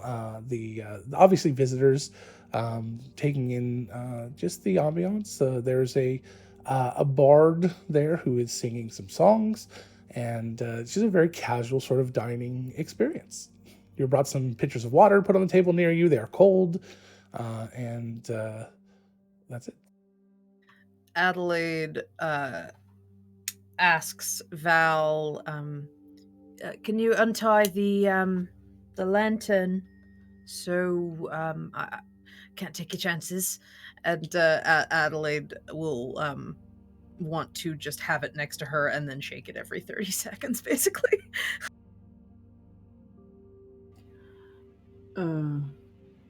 Okay. Yeah, she'll help you attach it to yourself instead to make sure that it doesn't get picked up and walk away or anything. Much obliged. I also don't necessarily think we should let Arthur carry it. Oh, don't goodness, know. no. Yeah. Okay. That would be a terrible idea. I can still hear you.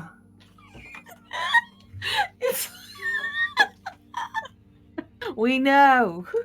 I'm so glad that I have it out for this because my accent's so terrible. Oh, I can't wait to hear everyone sound like Adelaide. All right. And she put the magic food shake here weight is better than my mom's. better than his mom's, though. No, me mom's. She was a good cook there. Ouch! You sound like a bit of an insult. I'm used to it by this point.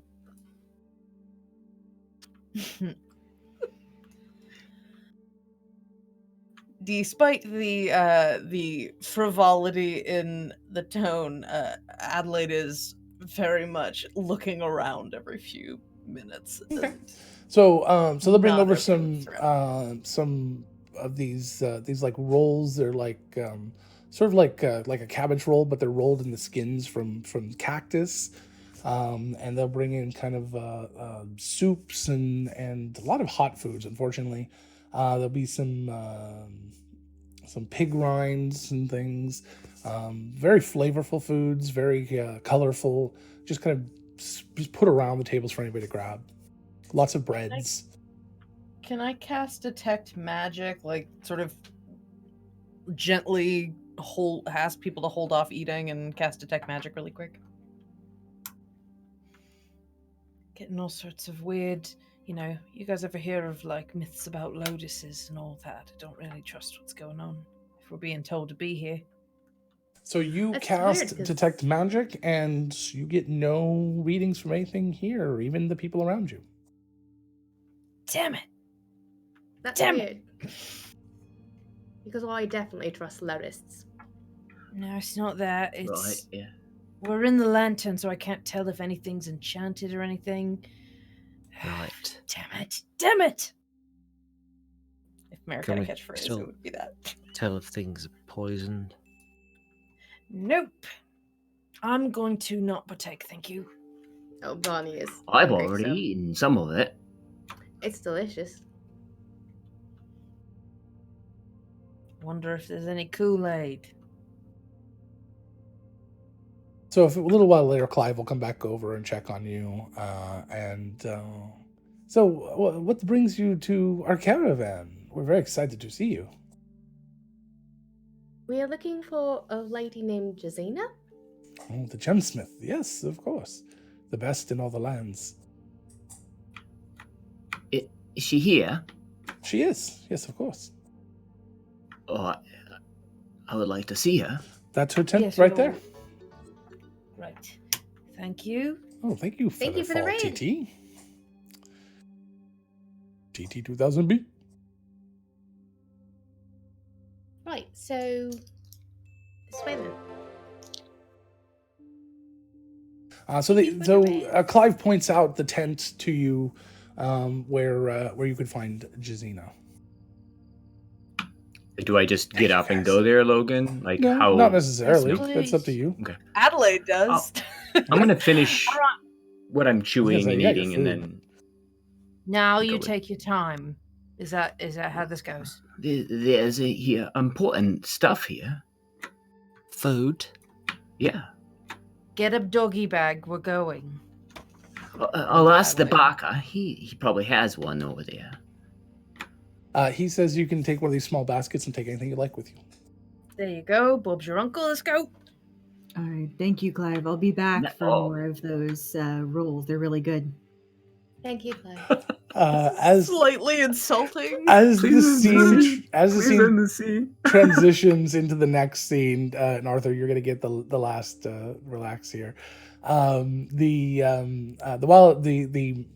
magic poison that's been affected you seems to wear off on Arthur, as now Merrick, Val, and Arthur see Bonnie and Adelaide as Arthur as well. So everyone sees them as Arthur. And you head over to this tent. This is very beautiful, but you can see this is a little bit more rugged. The walls in here are thicker material, and there's quite a lot of light pouring from inside. Well, it's really important now for everyone to keep their head on a swivel so that in case anything goes crazy, we're ready. I've had a day. My head is already on a swivel. And I'd rather avoid being a bull in a china shop. Is there a bell to ring? No, you just have to walk in, it seems. I walk Adelaide will. Yeah. Adelaide Knock on calls the- out. Hello? Please come in. You are always welcome. Thank you. As you walk in, there's this very beautiful Ganassi woman with really long, flowing, kind of reddish, flaming hair all the way down to her ankles. She's looks like she's worked a lot in her life. She's strong, very powerful looking. But she sits at a table with all of these very small, delicate tools, and it's kind of looks like the tent has been like draperies have been put across so that there's the back area, probably her living area, and this is more of a shop space up front. And so she's sitting there working, and there's just dozens of precious gems sitting out, and some jewelry and some setting stones and things just sitting around. She looks up at you. She takes her goggles off. May I help you? I hope so. She looks at Adelaide Arthur has for a moment. You seem familiar. Do I know you? Do I know her? No, never seen her before. I've never really seen you. I would probably remember you. We're not usually from this part of town.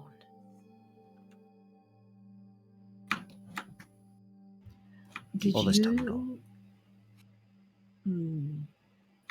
So she stands and takes her leather, sort of like bracers. They're kind of covering like half sleeves that were covering. And she starts untying those and putting them aside.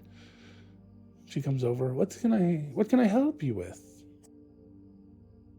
We had been doing some exploring and had been met with a gentleman who told us he had been paid to take us to you, but didn't know where that direction may have come from.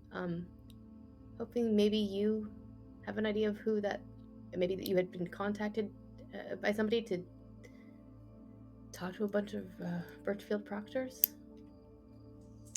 No. He couldn't make it back. Return trip. He was pulled away. No, I've not spoken with anyone, and I was not expecting anyone. Right. Adelaide has a hand on her rapier and the other one shoved indignantly in her pocket. What is it that you do here? Are you kidding? But other than gem cutting, I anything cut, else? shape, and set gems, and I make some jewelry. So, have you worked with magical gems? And other That's minerals. almost all that I work with. Oh, phenomenal. I shape So- gems, precious metals, and other precious materials. Curious. If you were to cut down something that is in a state, would it lose its magical properties inherently Depends on what it is. by doing so?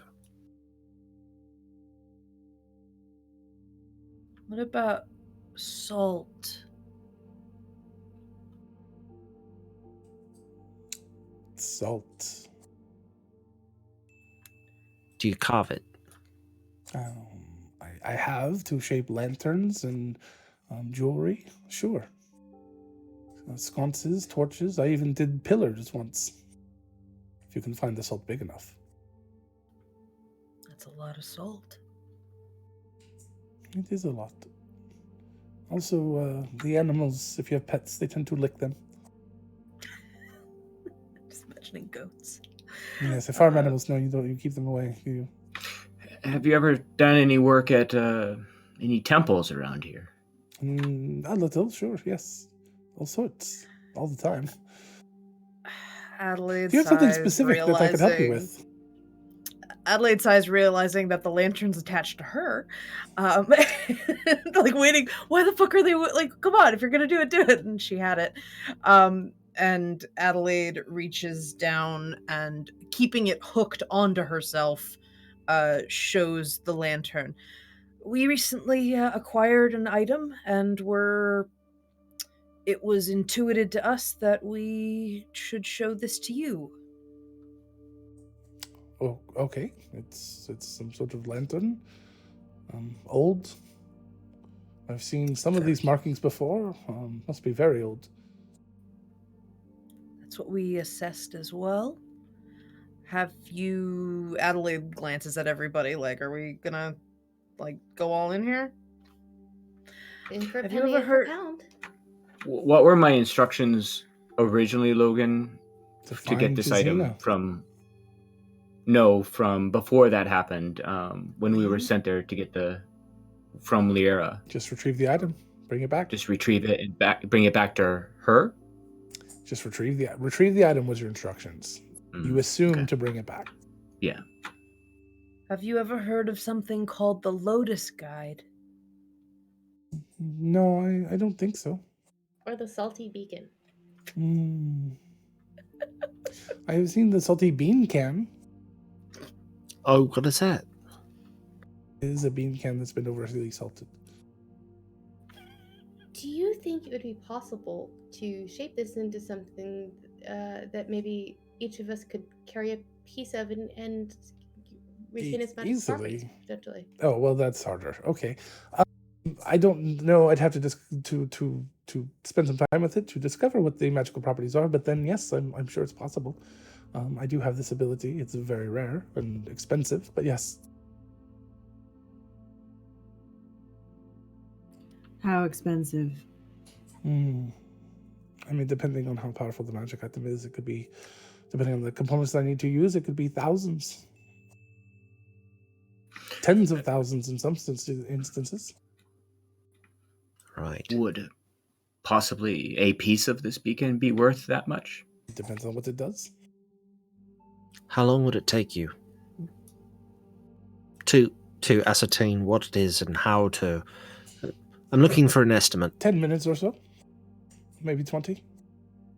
Well, I have previously tried to identify it, and that didn't actually glean any information. That's part of the item's properties to protect from divining its purpose.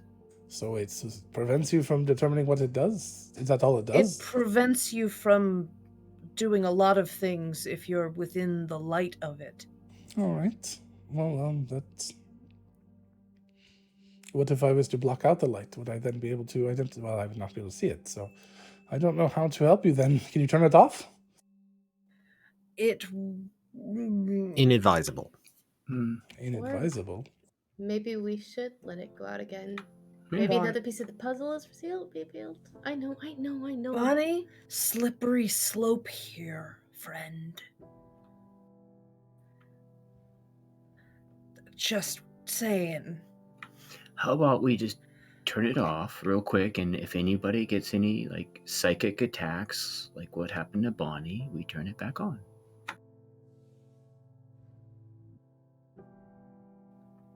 I don't like this train of thought.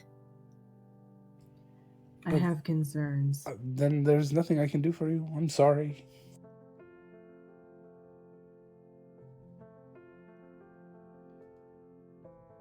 Well,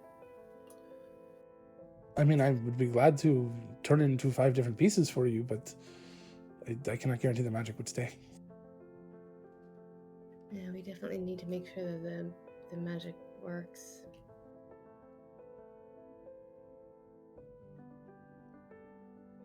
If we turn... It didn't matter if we turned it off, though, because Adelaide tried to identify it before we activated it. wasn't it mildly glowing at that Yeah. time? It was. No, before I did. I did it before it started glowing, and then I asked not Olmec. Then I asked Seamlow, and then it started glowing. So it didn't seem like the activation. It was already glowing by the time you cast the spell. Okay. It just was not completely glowing to 60 feet. But you handling it, I said it started to glow lightly. Okay. I misremembered. Well, I mean, It's that's really why we're here. hard to be indignant in Arthur's voice. I know. I'm struggling right now.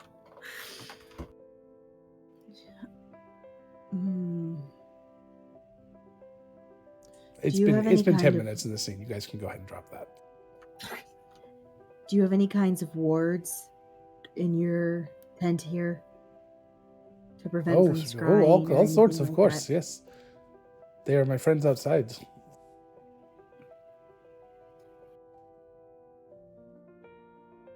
We can always turn it back on. Yes, when it's too late to prevent something from finding us or hurting us. Bonnie, how much I don't like information it. did you give? Let us. Do you remember what you told it?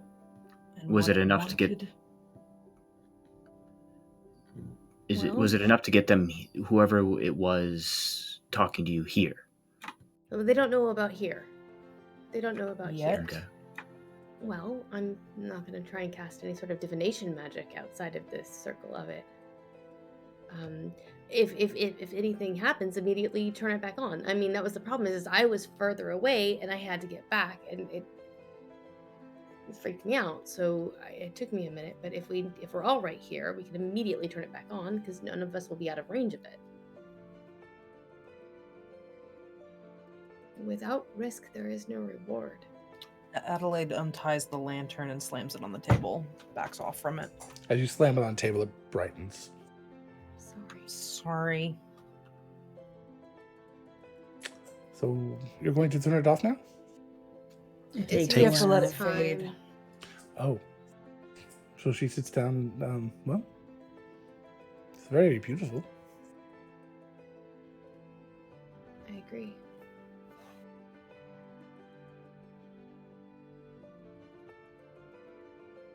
He licked it.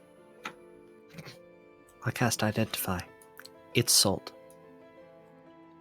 Oh God. So we wait. All right, so you guys sit there and wait. She, after about 5 or 10 minutes, asks you how long. You say it's going to be a while. And she goes back to work on the other things that she's working on. You guys want to do or say anything before the lantern fades out? In case Sorry. one of us explodes in a gory bone demon mess, I just wanted you all to know. I've stolen money from each of you while you were sleeping. Merrick, do you think I don't keep books and already know? I've tried to find where you squirrel away your platinum, but nothing yet. You want to know a secret, Merrick? I'm broke right now. Can't have any money to be stolen if you spend it all. And she just perfect plan. pulls out her spell book and then puts it back like it's all in there's money in the banana Prestige. stand, Merrick. So the light is slowly dimming, and it's just a barely candle flame like it was right when Adelaide first picked it up. And then it goes out. And as soon as it goes out, two things happen. Josina stands up and disappears behind the curtain. And Arthur, you know that after this, you'll be returning and taking the train back to the Birchfield. With the item? You don't know. You just know you're not supposed to go yet. Okay. Is she casting the spell in front of us? She just got up and stood. The lantern's still there. She just went into the back. Okay. A few minutes later, she comes back out with a small wooden box about 2 inches tall, 5 or 6 inches, well, about 10 inches long, 5 or 6 inches deep. She couldn't remember while the light was on. And she kind of looks confused, and she sits down. I'd forgotten that I made these. And you'd think my memory would have remembered. And she kind of points to Bonnie's chest. Is there something wrong with them? I need 6 copper. They're And she not natural? They were made? And she turns the box around, and she pops open the box, and inside there are 5 amulets. And the end of each of these chains, these very sturdy looking chains, is the Birchfield symbol as a setting for a stone. Without great risk, there is no reward. I'm sorry, Addie. I'm very intrigued about what's happening right now. As are we. They've already been paid for. Yeah, you're not the only one. Intrigued is a word. Do you know who commissioned them? I don't remember right now, but I'm sure it will We're come to me supposed someday. to head back to the Birchfield on the train after this. Yes, I know that. And she lifts up the tray in this box, and underneath it are 5 train tickets. And these are for you as well. Thank you. It will take me a couple of hours to do this. I suggest you take some time. You may stay here if you wish, just be quiet. Yes, ma'am. I'll stay. And she starts she comes over and identifies the lamp, but without touching it. And then picks it up, and as soon as she touches it, it starts to go just very slightly. She moves over the table. She starts to get all of her stuff, her woodworking out. She starts by removing the salt from the lantern, and then studying about how she's going to divide it up. And she starts pulling out this roll of tools that is a huge different set of tools that she had. And on this roll, there's this workspace kind of denoted out, and there's all these arcane runes across it. And as she starts to work, each picking up in different tool, a different rune will glow on the table she's working on.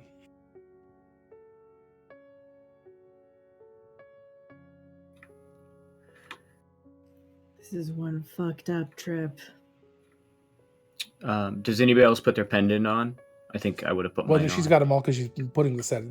She's cutting the gems and putting the setting right now. Oh, they're empty. I thought there's no They're a setting in them yet. they're for the. Gotcha. I missed that part. Sorry. Adelaide sort of seems to relax a little bit as she's getting absorbed in watching what the gemsmith is doing. As she cuts down different parts of it, the glow as it's cut through kind of fades and fractures. But as she cuts off each individual piece, she just tests them by tapping on them lightly with a tool, and they do glow just slightly again. As she just reaches over and gives Merrick's hand a squeeze real quick. As she continues to do that, she cuts each one down, and it takes a few hours total.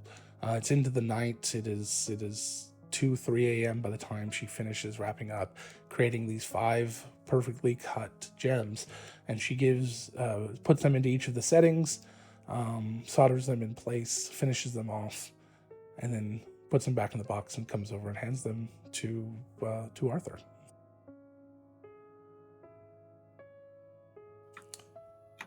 I'll accept them. I think our business is done. And Arthur, when she says that, you feel that as well. I agree. Thank I'll you. pass out the amulets and the tickets to each of us, and put it on.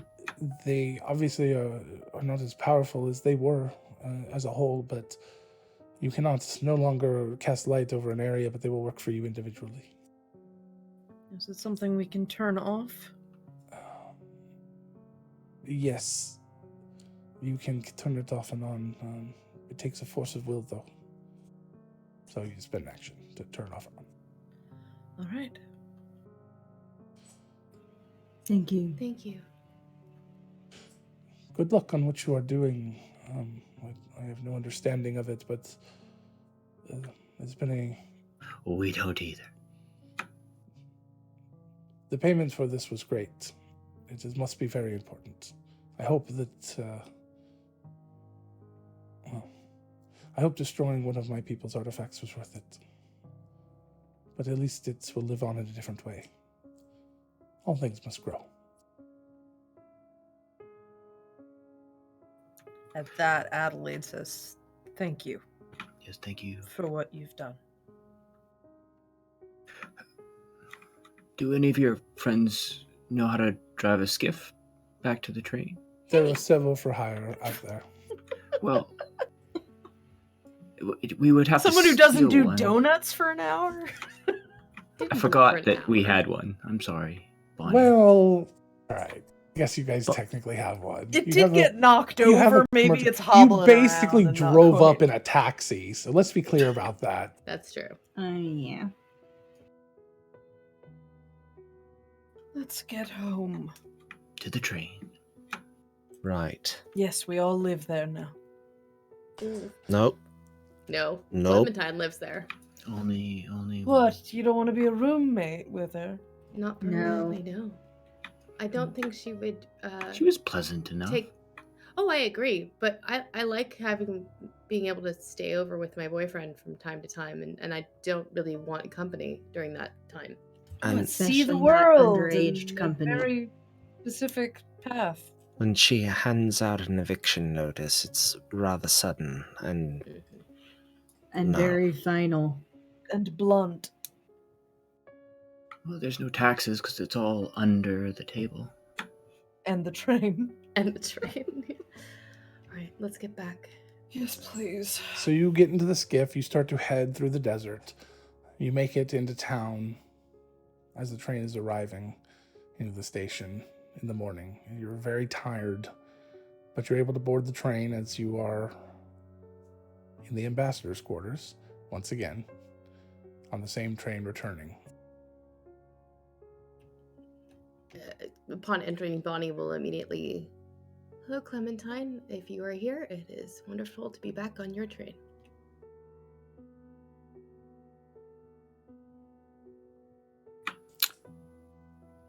I will my amulet off briefly. And then Okay. I repeat what Bonnie said. Clementine, are you there? Still no answer. I'll turn it back on. Maybe she's busy pestering another car with games and such. Pestering's a bad word. I'm sorry. I didn't mean it like that. I meant in a playful way. Bonnie is going to lay her head down on Merrick's lap and close her eyes.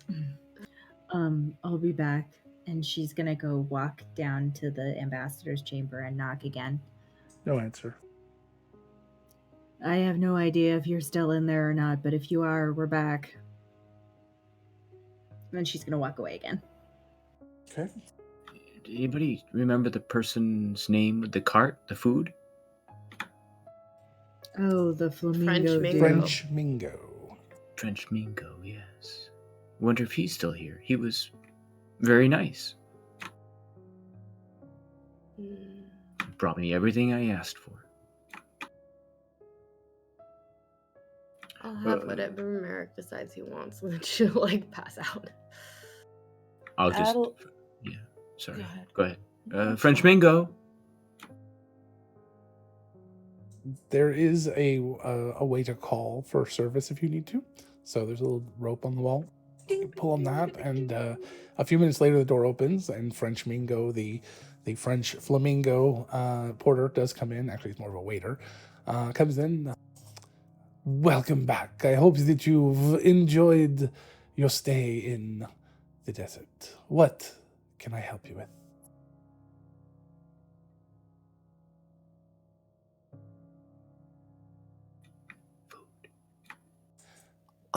The same as last time. One of everything, sir. Yes. An excellent choice. Can we make that 2 of everything? Of course. And frescas. Of course. Anything else? Coffee? Certainly. Cappuccino, frappuccino, lattes. Adelaide is off on a seat, not engaging in this. She's looking through her bag. Maybe another large. No, I need to sleep, so coffee's a bad idea. Yes. Do you have any alcohol? Yes, we have very much alcohol. I can bring you some wine, champagne, mimosas for the morning. I trust your judgment. Whatever goes best with what we've ordered. Everything? What As goes you best with wish. everything? Get And the so whole drink menu. As he turns and heads out. Logan, Adelaide would like to turn off her amulet. Okay. And try to cast Identify on it. Just to see if it has any differing properties that we should be aware of. So you cast Identify on your amulet and finally get a really clear picture of what it does. It stops in and out any sort of divination or sort of protection magic divination or mind altering magic, and it really. The whole point is to, keep people clear and not have to worry about it. The problem is it does affect both ways. So you are not able to cast sending or cast anything out of it if you're within it. Okay. Possibly we could all turn them off briefly to Why? talk to the Why? ghost, see if they're here. I would rather let Clementine have her own space right now. Oh, okay. Given... And it doesn't affect an area anymore. It only affects us. Right. We need to keep these safe. And Val's gonna tuck hers like underneath her armor Yeah, that's where Addie's been keeping it under her shirt. Adelaide's gonna look in her bag and pull out her random book. She hasn't done that in a while. Okay.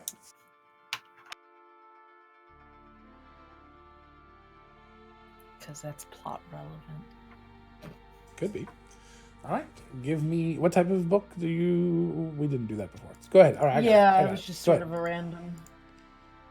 There's no roll or anything. It's just once a week you can pull a random ass. Oh, I thought I book. had you roll D100 because I have a list. I mean, I can. Sure. 43 kills us, so don't. I rolled a 14, so no. 14. It's got a 4 in it. 14 Don't jinx is a mystery novel called The Shattered Clock.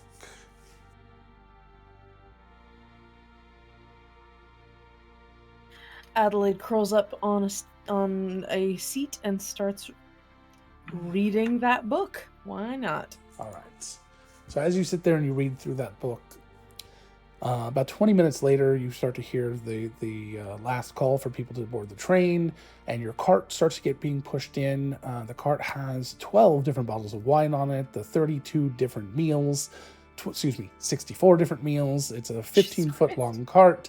It is piled in a ridiculous sort of fashion. They've actually got tiers up with like little platforms to put on extra things, and they brought the coffee cart as well if you needed anything, and brought the frescoes and just everything. So it's all here, just piles and piles of food.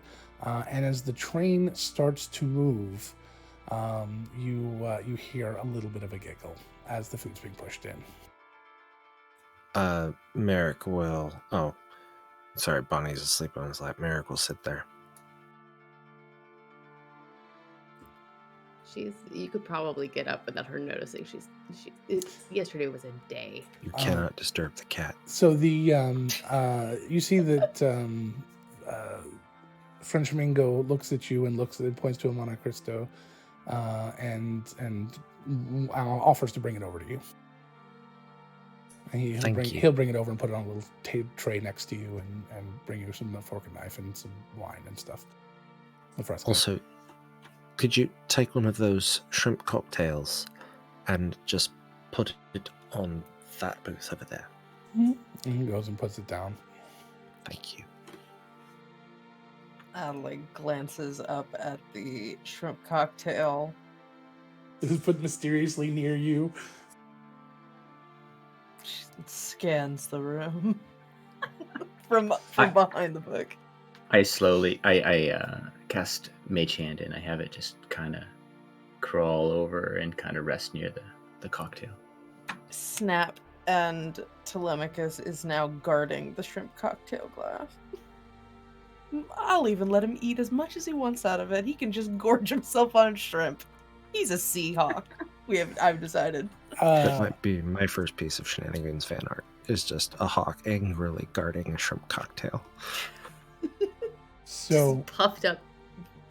French Mingo leaves, the door shuts, and Clementine appears in her beautiful orange dress and her combat boots, standing on the end of the table.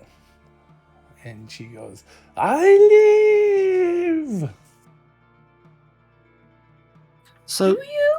Hi, Not really. And she just plops Okay. down, like hard on the end of the table, and shakes the whole table. A couple things fall over. And she picks Whose up table? a turkey, Any the big clothes table? 15-foot table, and Okay. grabs one of the turkey legs and starts munching on it. So sort of. where does it Help go? yourself. She looks around, and she looks really confused for a moment, and she goes,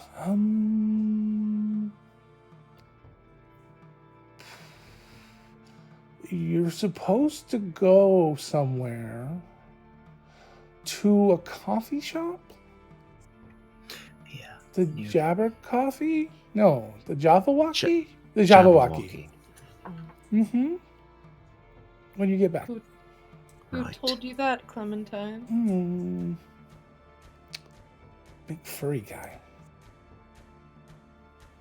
Oh, On the That's a train. change of pace. Yes, he was on the train about a week ago. Did he smell like scuttle claws? Not all Oh. bugbears know each other, Arthur. That's a serious question. No, I don't know what the Scuttleclaw is. One arm or two? I don't remember. I don't notice this kind of thing. Sorry. Was he wearing very fancy clothing? He was getting ready to go into the desert, so I don't think he was very fancy at all. Going to the desert. Hmm. Maybe that's why everybody knew. And still didn't know at the same time. He's Oh. just gotten more He terrifying. came with you. He points to Arthur. Oh, the first time. Mm-hmm. Maybe it was like 10 days ago. I don't remember. Yeah, I didn't meet you then, but you Mm-mm. would have No, but he seen did. us. I wouldn't. We chatted for a while. What did you chat about? I don't remember. I mean, just stuff. He What asked me color not to was throw his- you under the train. What color was his pin? I didn't see a pin on him. I don't remember. I don't remember what color he was wearing. It's all right, Clementine. Thank you.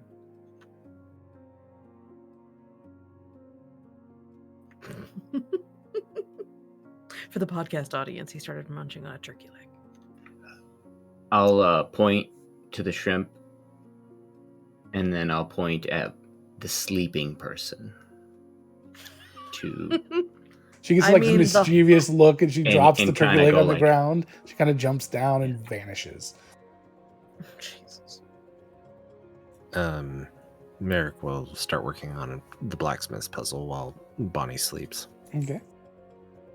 Merrick, as you're kind of playing around with every once in a while, you look up and you see shrimp starting to float across, like two of them just start floating across from the shrimp cocktail across the room towards Bonnie. You hear a giggle, and one of them goes into your mouth, the other one goes on Bonnie's head.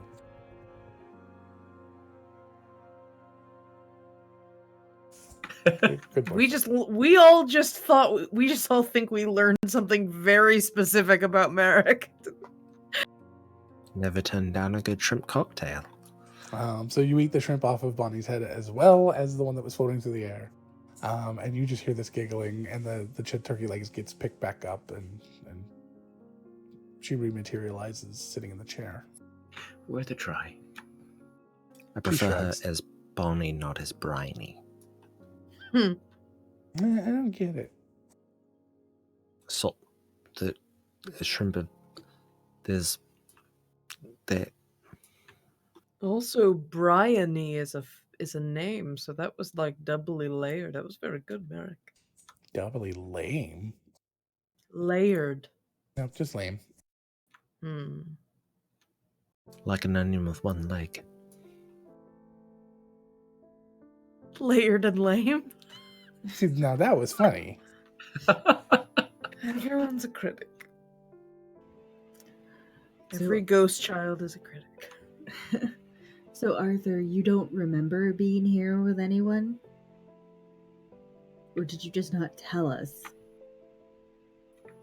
You don't remember. No. You came with a few people, Okay. but you don't remember I came a with a group bugbear. of people. But, Big furry guy. I would have remembered a bugbear. Probably is in a different cart, different carriage. No, you two were together. Helmsfar seems to have the ability to make himself forgettable, which is an interesting talent to I'll have. force my amulet off. Okay. And then try to think of the bugbear or the furry person. No, nothing seems to come. Can I turn mine off and try to detect thoughts on Arthur? Arthur, would I be able to poke around a little bit? Would that be alright? In your head, that is.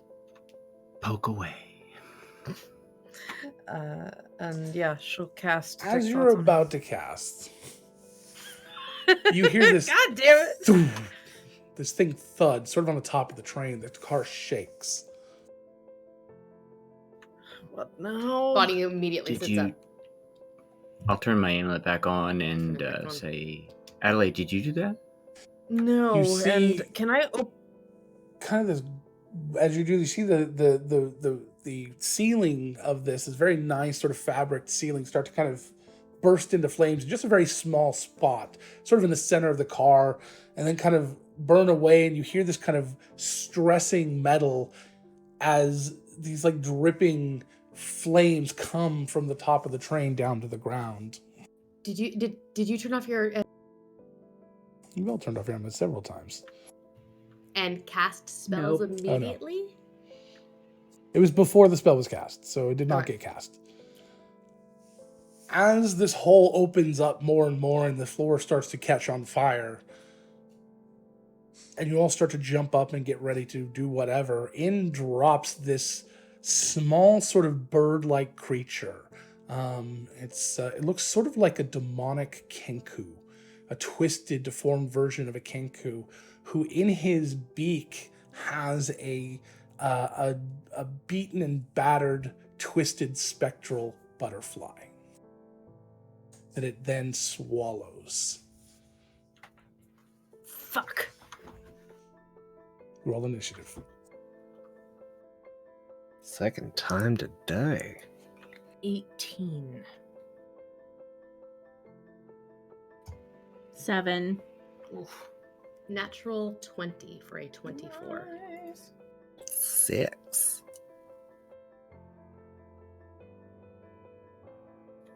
4. No. We all rolled so bad. Speak for yourself. I was passable.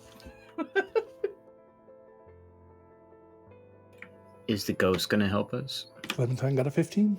Throw it under the train, Clementine. Throw it under the train. Call it Mama.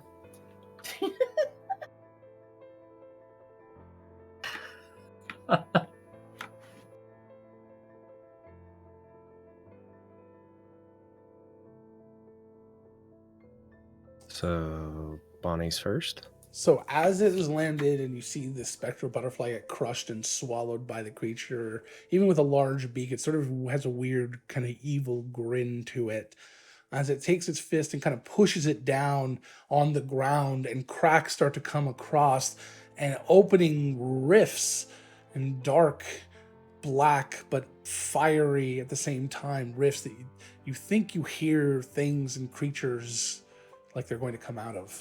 And Bonnie, you start us off. Bonnie is going to cast Dispel Magic on that, whatever he just opened up. Is that your rift amulet on? thing.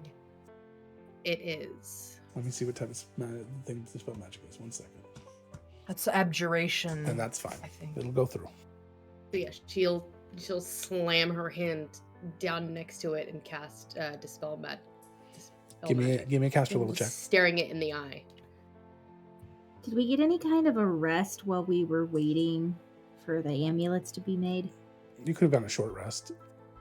That is a 25. Okay, so 25? How is that even possible? Jesus. 25. So, all right, so cast level check was a 25, and the spell dissipates immediately, and he just, you feel all the energy just kind of get sucked back into his hand, and he just like winces this kind of hand wing thing just a bit, and he kind of snarls at you. Who's next? Oh, okay. Oh, do you have more? I'm sorry. It's okay. I didn't have it properly prepared yet. So Okay, that's fine. who's next? I think I don't have the that's list, so. me. I think I'm. Okay, go for it. I rolled next. Adelaide is going to shoot off 2 from her longbow. She's gonna back up as much as she can, if that's possible, or if she's in too close quarters. I don't know.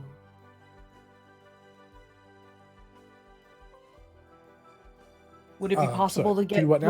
would it be possible to get medium distance, like back up, or are we too close? You are to medium. not You get can be dis- medium distance. Everyone almost is. Okay. Yeah, anybody who wasn't right there in the center. Okay, nat 20. So Okay. it's a 30 total to hit and a 28 total to hit on both shots. Okay, they both hit. So that is when you're doing the crit damage. Are you also adding the? You're just at. Never mind. I know the answer. Okay. So that's 13 on the crit, and another 7. So 20 magical piercing damage, and I would.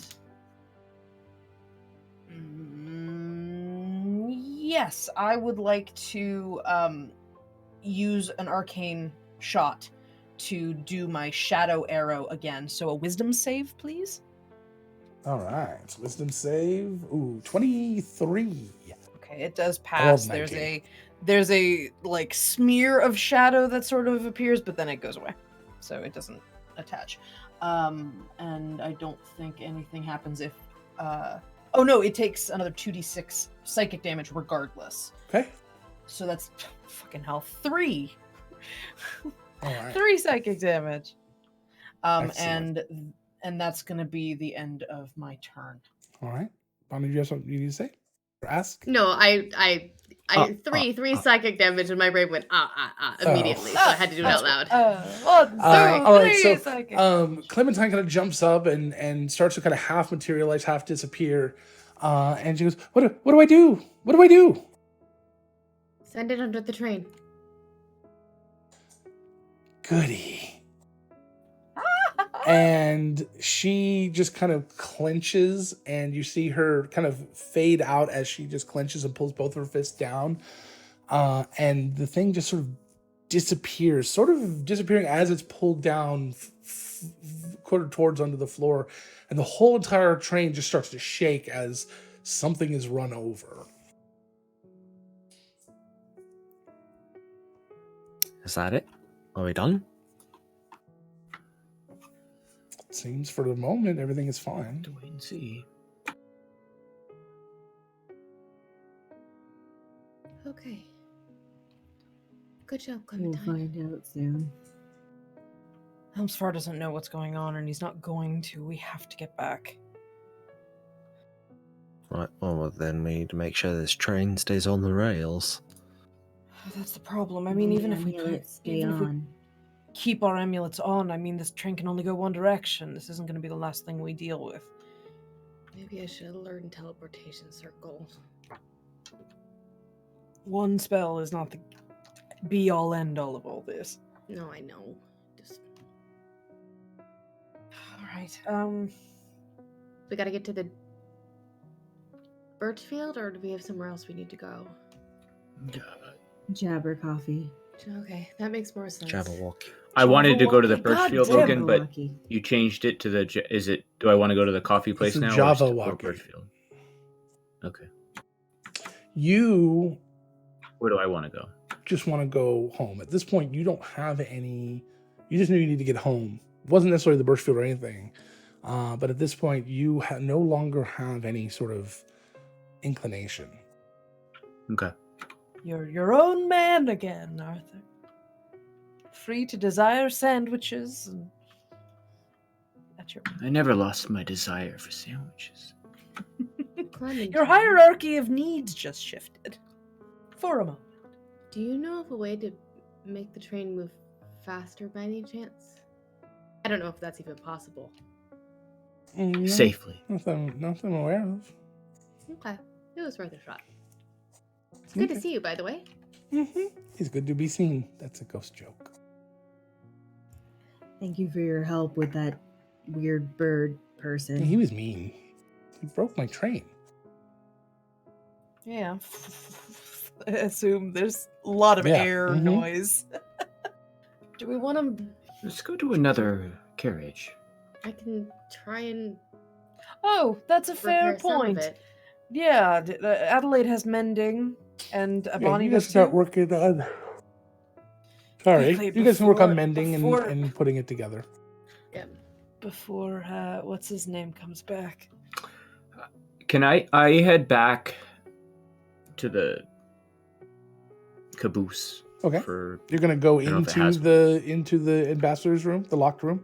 Oh, that's in the back. Does it Yep. open? It's locked. I would assume it does open, but it's locked right now. Maybe we should ask Arthur about that. Or Bonnie. You need something opened? Is that what I heard? Well, I'd like to go see if we can look behind us. Yeah, we don't know who's in there. Oh, you mean behind the train, Arthur? Yeah. Or behind, or in the room? Behind the You mean train is look where I in the was room. trying to go. To the last carriage. No. Well, yeah. Then let's. I, for one, am a little tired of not getting the full picture here. All right. Plus, I mean, I'm not. what's in that room? Let's open it. All right. All right. You want me to pick a lock? Yes, please. All right. Okay, so I get out my thieves' tools and I kneel by the lock and I look over at Merrick and go, you know, you're really better at this than I am. Do you want to pick this? You just teleported into being. Why don't you guys just do it together? You know you want to. I think He that turns might bright red. complicate things a little. All right, Too you many hold- cooks, You do as the it left were. thing. I'll do the right thing, and then we'll. Sure. Not unlock I the defer door. to your expertise. No, I trust you. Okay. Just talk her through it if she needs it. If she Right. needs it. All right. So, put my ear to whatever it is we're picking. Sorry, it was in the. The door to the ambassador's carriage. Yeah, the ambassador's room. We're sort We're of tired of not being knowing what's locked there. out. And yeah. All right. I'm gonna roll. All right. Do you hear any traps, Merrick? 27. I check for traps. Too late. So you pop open the lock on that door, and it opens pretty much instantly. It leads to the little hallway between the two cars. You go into the next one, and it's unlocked from here. It is just another carriage exactly like the one you guys are in now, another sleeper 4 luxury carriage. And it is the last one of the train. So you would guess if you open the door at the far end of this one, it would be out. It's completely empty. There's nobody in here.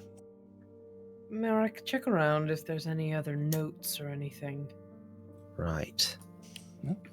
I would like to look out behind the train to see. Okay. You look out behind the train, and you're no longer really desert here, but it's just behind the train. You're looking out the back. And there are no notes or anything significant here at all.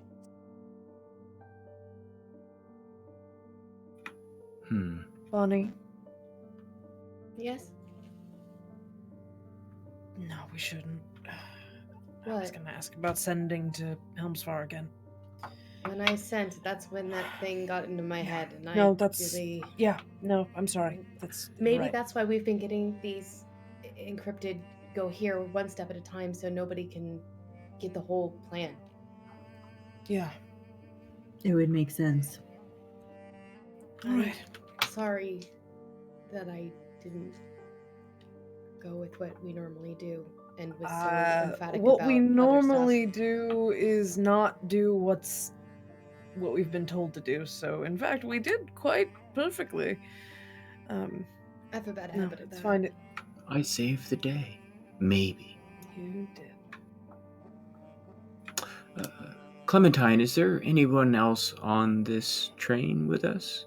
Yo, there's lots of people on the train. All sorts of people. Mm-hmm. Anybody else with Well- our pins? Where Not are this they? time. They're up in the front carriages. You can go up front and see them. They're That passengers. actually makes me feel better, knowing that there are not proctors on the train this time. Aside from us. Agreed.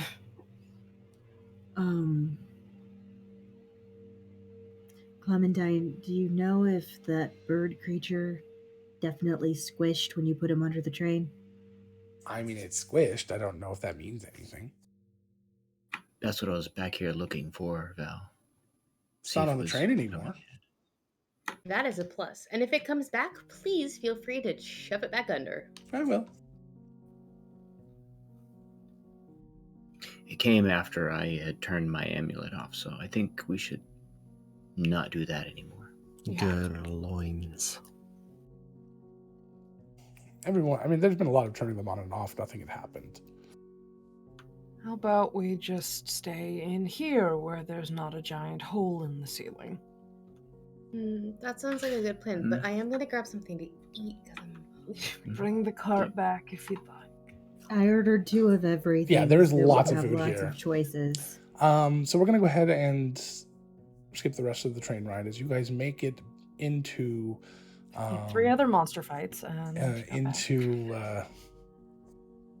into the Ashport station. As you make it into Ashport, what do you do? go to the Go to coffee the shop. Java shop? Going straight to the coffee shop? Yeah. Yeah. Hmm. All right, so you go. What are you doing, Merrick? That seemed pointed. Just never go directly where you need to go. Shake your tails. I also feel like we shouldn't go out the main door. Okay. Do you want to swing by where? Down. Got it. I feel like I missed something. Into Well, the you- sewers. We're going into the sewers. For like Again. for like a stroll? They're not going to be watching the sewers. Who watches the sewers? You That's apparently. The sewer watchman. No. The super watch. Love. The sewer Most barker. Navarre watches the sewers. Remember the note that was left for us down there? It's still not a bad idea. I'm not saying it's a bad idea. I'm just throwing that out there. I had forgotten, but excellent point. I'm How are you all at my tightrope gut says walking? to not do that. Maybe if we swing by the local Marco's outlet, we can pick up some pastel There's no velour Marco's outlet. tracksuit I know, yes, but I And- am going to kibosh that one right now. and ankle weights and stretchy Marco does cloth not bands. sell out. Marco wrote in Around- his will, strap me to the bottom of a train if I ever consider opening an outlet store. And there he is. There he's right underneath it. Oh god. Oh god. So we Even if we- clandestinely make our way Yes. there. We try to just for the sneak- sake of keeping the story So you, going. you guys start cronking your way through the city, doing your own theme music and Parkour.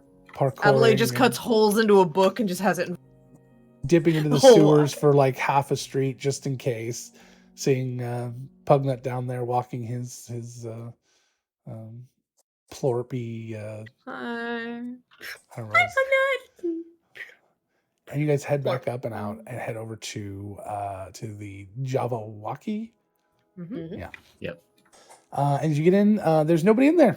I mean, there's a couple people, nobody that you recognize in there, but there's a couple diners in there, and they're eating in the nice cold breeze as you head in, and you're greeted by your favorite barista. Doug. Duh. I The don't G know. is silent. Yep. Duh, Hey the G guys, is how's it silent. going? What can I do for you today?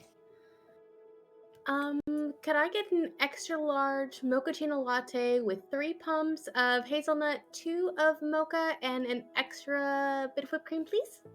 Oh yeah, number 3, you got it. Thank you. Adelaide hears that, is already exhausted, and goes to find a seat.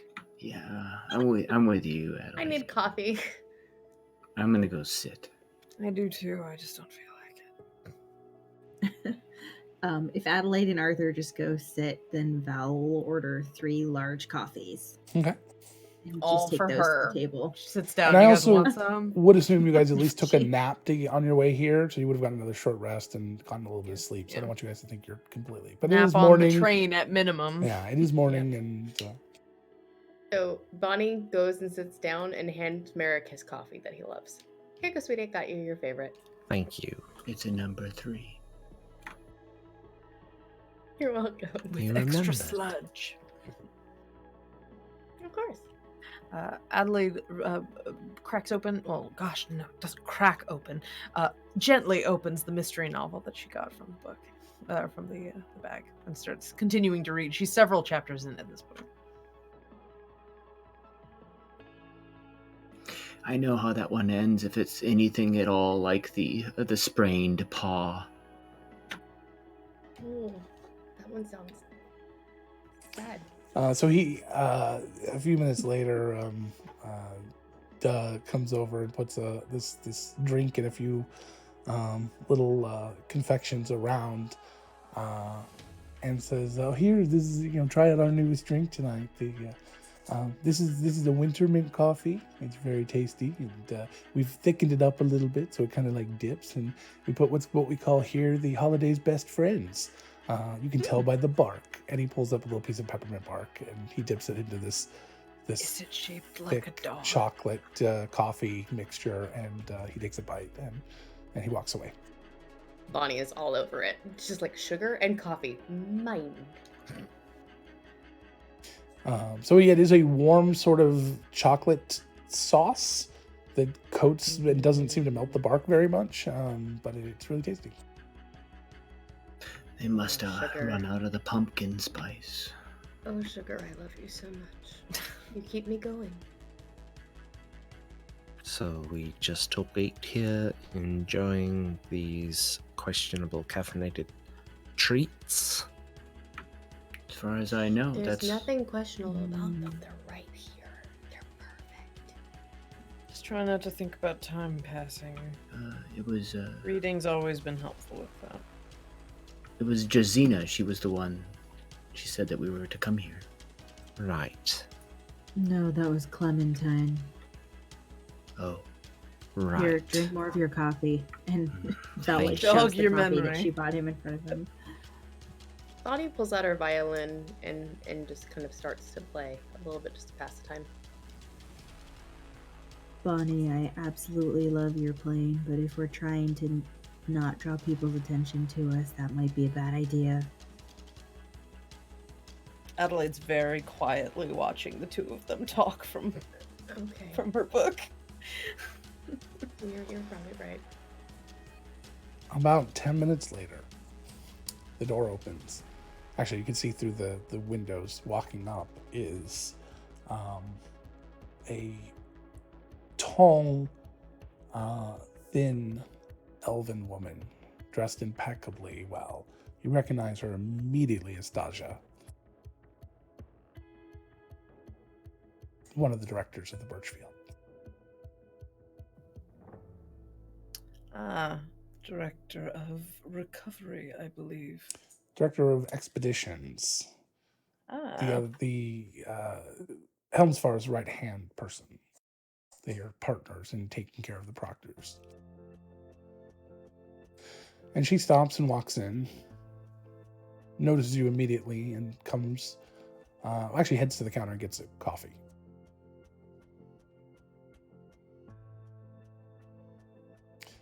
She brings her coffee over and she sits down next to you, the five of you. Adelaide straightens. Director, ma'am?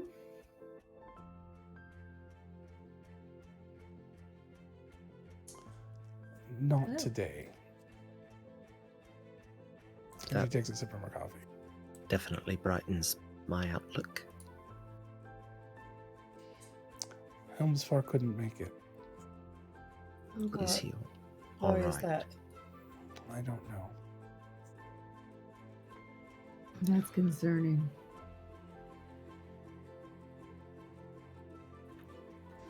Every time we tried to contact him, You weren't supposed to try to contact him. Well, it seemed like an emergency. And we weren't sure who to trust in the And circumstances. Arthur, as you're starting to hear this, pieces of your memory are starting to come back to you. You remember that it wasn't just Liara that had sent you initially out to the desert. It was Helmsfar and Liara. And Helmsfar went with you, and you remember spending a little time with him. And you remember him talking to you specifically about the path that you would take. And you he told you about the temple and where it was actually, and where to find the item and where you would go after, and that there would be somebody waiting for you, and that you would go and see the gemsmith, and that they would come back to here, that you would have messages along the way, and to be patient and with your friends who wouldn't understand. You remember all of that. He told you all of that, and he told you that you wouldn't remember. He told you that your Gaius would not allow you to remember, but that each step of the way you would be guided.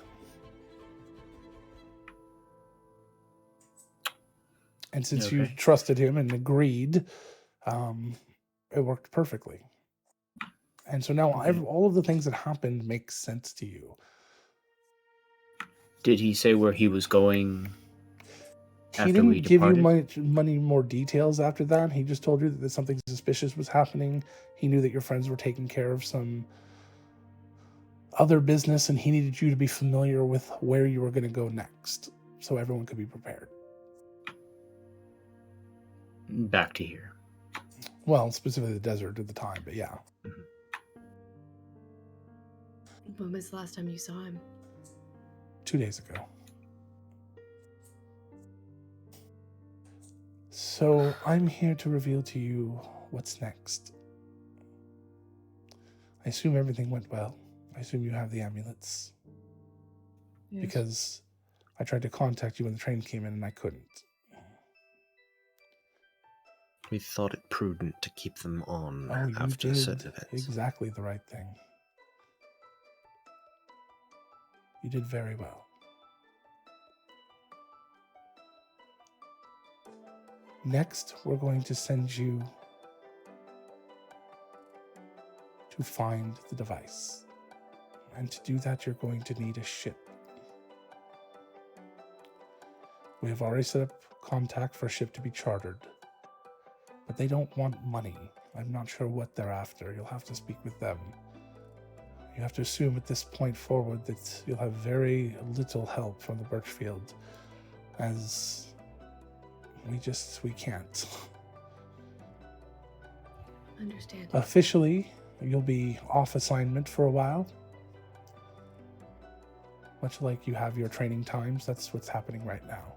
You return from your mission, your cushy mission, until another cushy mission comes along. Well, you won't have to worry about anything. So don't worry about checking in, that's already been handled. And nobody seems to suspect anything. Everything seems fine. All right. Who are we concerned about suspecting things? Helmsfar wasn't sure, other than Nosnavar, who was involved. So between the two of us, we've tried to keep everybody else out of it. Has anything happened to Liara? No, of course not. Liara is fine and very well protected. I doubt anybody would harm her at all. They'd have to be pretty stupid to try. We can make sure, Merrick, before we go, we'll check on her. We don't know what the person who now has the device is going to do with it. But we do know where they are going. Know who it is? The person, oh, yes. I thought Director Birchfield was given it. No, it was given to one of the Birchfield admirals. Birchfield admirals? I didn't know we had admirals. There's a fleet. Of course, we have a whole fleet. We have several admirals. Which admiral? Admiral Seaspray. Bonnie's hand cracks the mug. I'm sorry? Admiral Seaspray. Your father. Well? I didn't realize he was affiliated. Neither did we. We made no connection. The mug down. We made no connection until we had heard you talking about them. Your little excursion with your sister, I guess? Yes. Whatever. that's when we made the connection, and that's when we knew that this might be more difficult.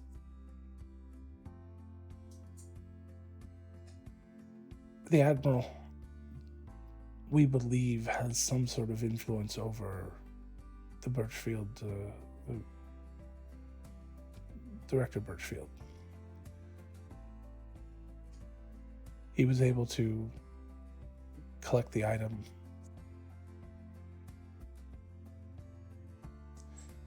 He is now heading towards a small island that exists between Valdara and the far continent.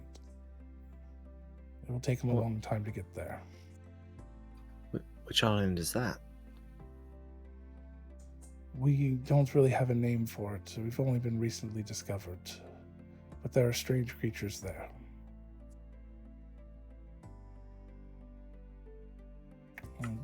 We have some similarities, dinosaurs and things, but there are others. Sort of furry tube men and large bug-like creatures.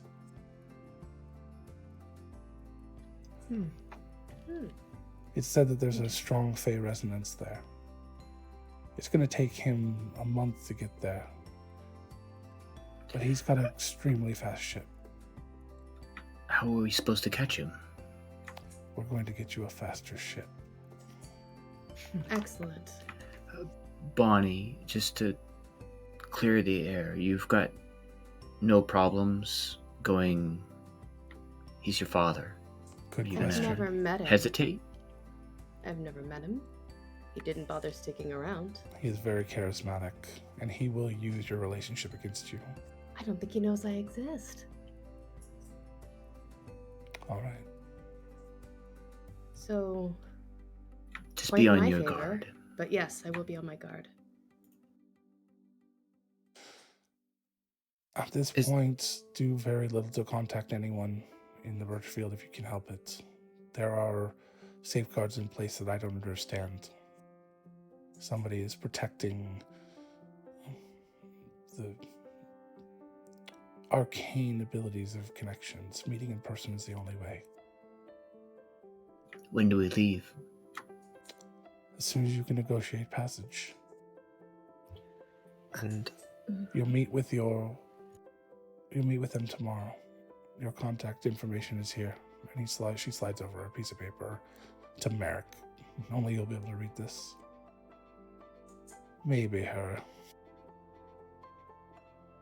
She kind of smiles. Merrick, maybe we could stay at your place tonight until tomorrow? of course. Wait, his place or Liara's place? Because They I don't know if one Merrick's and the place would same. fit all of I thought you stayed with Liara, don't you, Merrick? Or do you not? No, I have No, my he has own an place. apartment. Never mind. I Okay, was referring to Liara's. That was my bad. Of course, we can. She has guest rooms. She was the one that sent us on this journey to begin with, so Right. she's in the know. She knows more than she lets on. As usual. So, do you need anything else from me right now? Armor, weapons, any sort of special preparations for Talk this to Egg. island we're going to? Egg should be able to help you. How do we get in contact if we can't meet? You do Send a what message. you would normally do. Remember, you're just in between jobs. Right, Don't do anything differently. right. Sorry. Go and see Ig. Visit the Birchfield. Use the library. Use your new offices. I forgot we got out of this. Just don't talk about what you shouldn't be talking about. About what now? Exactly. Got it. If you absolutely need to speak with me again, just slip a blank note under the door and we'll meet here an hour later. Okay. Understood. All right. Farewell. Good luck. And to you as Thank you. well. Thank you, ma'am. I don't know what the Admiral is planning. but it cannot be good.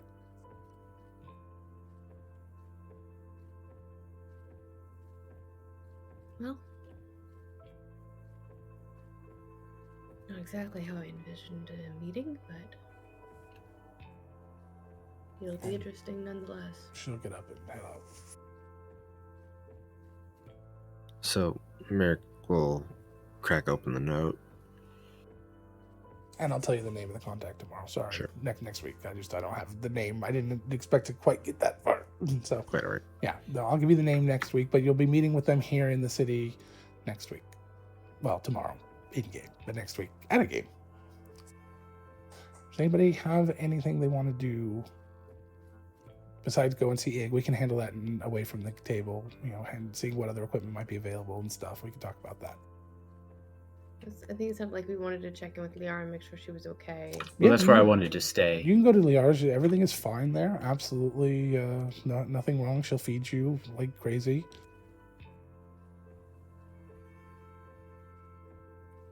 Bonnie is kind of just at a simmer right now after the events of the pit and the attacks, and then finding out her dad has she's just kind of almost vibrating with a bit of anger. Bonnie, you're gonna go back on a ship.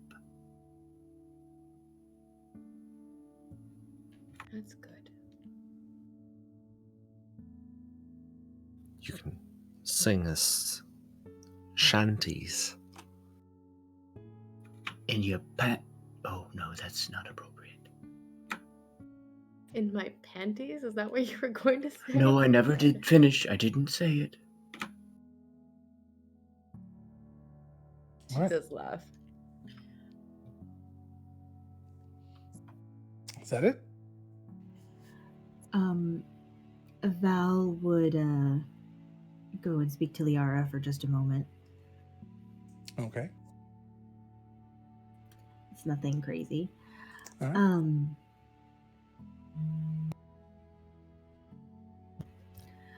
Liara, I really appreciate you letting us stay here. I was wondering if I could ask a small favor. She kind of gets a grin on her face, a little grin on her face. Yes. You know what's going on, so I don't have to explain anything to you, but... I know very little about what's going on, but I know my part of it. There's a very real chance that things could go very poorly.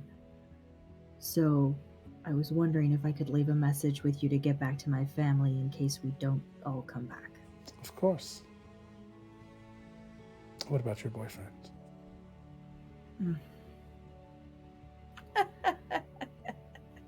I know who you're talking about. We went on one date. It's not a boyfriend, but he is a nice guy. But he'll find out from my family probably since he's there training. Mm-hmm. And what about the other one?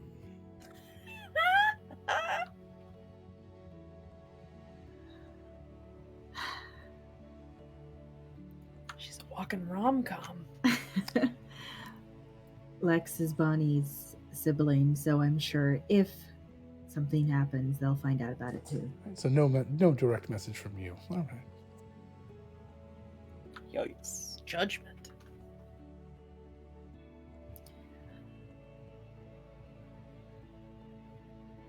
All right. So that Thank is. you. Yes, of course. That's Val.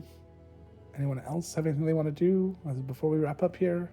Did we long rest at any Yeah, point? you've done short rest, but you could take a long rest and do something in the morning before the meeting if necessary. Yeah. Adelaide, feeling that there's a little bit of juice left in the earring after a rest, is gonna cast that animal messenger butterfly again, thinking to herself, "Fuck you, Okay. bird man," and is going to send to Director Birchfield again. Okay. And is just gonna say,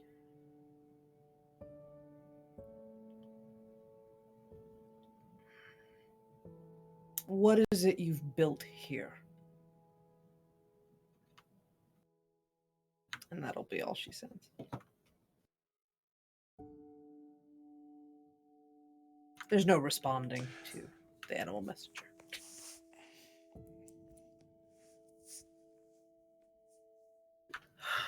It's just passive aggression at this point. And he can't return anything even if he wanted to. Nope. It's just my voice true. coming out of a butterfly. I think Merrick would want to go retail therapy. Okay, that's fine. I can discuss with you offline. Yeah, that's fine. So Adelaide, after that, but before the next meeting, do you go to the Birchfield at all? I didn't tell anybody about my meeting appointment, but there's not really an appointment. It's just, I'll see if you can get a job or a meeting. Oh, well, that okay. Well, I was talking more about the meeting with the Captain. next morning with the boat people, the ship people. We would be going, if we go to Ig, that would be considered the Birchfield. So Yeah, that's what I'm talking about. So, are you going to go with them to Ig in the morning or anything like that? Yeah, we're supposed to act Okay. normal. So as you're doing that in the morning, as you're coming in, you see that there's more after you're already inside. You can see there's more. Actually, well, there is security posted, not something that normally happens. Some silver and gold badges who immediately see you and walk over to you. Morning. Please come with us. For what exactly? Your meeting with Director Birchfield. Oh, Something. right. If you were hesitant, something about say it to my face. Right. All right. any chance you learned Bigby's hand? Talk to the Bigby's hand. Adelaide has completely blanched, but is trying to look very, right. I think I need to do that. Maybe It's not for a request. You did ask for this meeting, didn't you? Yes, I did. Thank you. And she weirdly avoids everybody's eyes. She'll be back. I'll be back. And she will get up and follow them. All right. So you are following two of them while two of them follow you. And you head upstairs and out of sight of the party. Are you guys going to do anything foolish? Bonnie's just, I need to go train or something. I'll meet you guys back here in like 15 minutes. And she's gonna go off to where she knows the training dummies are and just proceed to beat the crap out of one of them and then break down crying behind it while no one can see her. Aww. Bonnie. Okay. All right. Somebody, Logan, saw me sneaking around because I rolled a 1 Sneaking around to where? last night. Sneaking around where, though? Last night where? Just outside of my room. Okay. Going where, Michael? Inside of, there. Did everyone stay there? Yeah. All right. I think he's going to the kitchen. Where else would we? Who doesn't expect He's he's getting just a going to the sandwich. kitchen? I assume late night sandwich. Was it constitutes Merrick those who that saw are him? on time. Is it Merrick? Is Merrick staying up just to watch the halls after getting no sleep for a day to almost 48 hours? Mum's room. He's like above your mom's room, like sticking to the ceiling with your arms out. I see all. I know all. ate the rest of the soup. Yep. Damn you! Damn you! Your favorite soup. Damn it. So Adelaide, And I you're put taking. the empty container back in the fridge. Oh man, that's rude. Oh no! Just to With get the someone's cover hope on it. up. Derek's like, those were my yogurt cups. Someone ate my yogurt cups. I put my name on them and everything. So Adelaide, you're taken up the stairs to the 6th floor and down the hallway, which you've been in before. Weird. It's really nice. I've and, never been here before. Yeah. As I start rhyming like Dr. Seuss, I guess.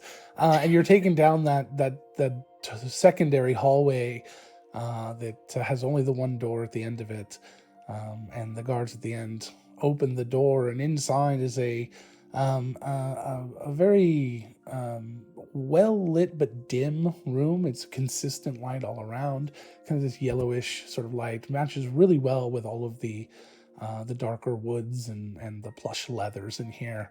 And they open the door for you, and as you walk inside, they shut it behind you and leave you alone. And standing over in the corner, kind of puffing on his pipe a little bit and looking through a book while standing, is Director Birchfield, a large, imposing man. Let's see here. What's said about Director Birchfield? Statuesque nobleman with dark skin, simply shaved hair, and always his expression is dignified and intelligent, very formal and constant resting bitch face. I forgot. You wrote it. I forgot I gave him resting bitch face. He's just reading. He's wearing currently wearing his this leather jacket with a double belt buckle and a frog that has a holster or a hilt, but nothing in it. And it seems like the weapons are off somewhere else. And he's just sitting there, kind of smoking on this pipe and looking through this book. Adelaide sort of squeezes her hands to stop them from trembling a little bit, puts them behind her back in a very sort of attention sort of pose, and just says, Director, sir? He shuts the book and slides it back into the open spot on the wall. 1 year to make gold. A little over. Not bad. Not the best, but not bad. Is it a normal time frame to do that? Depends. For students like you, I would expect better. I also would have expected them to have passed the first time.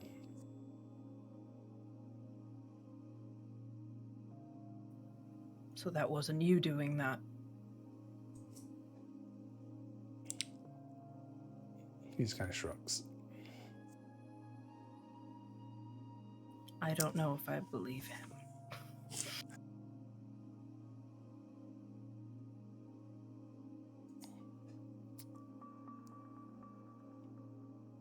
Your little messages mean very little to me. They're not for you. Do they make you feel better then? A little. Passive aggressiveness and cockiness don't get you very far. Results get you far. It's funny coming from you. You're where I learned it.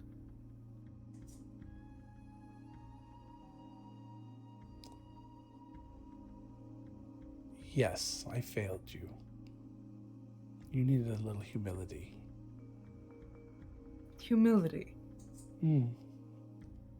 Your attitude has always gotten in your way. Addie. I've never asked for anything of you. No, you've only just ever taken it. You never asked. And you came here expecting that you would just ride on your name. It's the precise reason I didn't use it. After the lessons I taught you.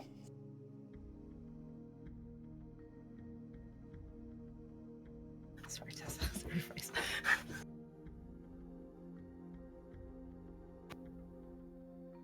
Is there something in particular you wanted?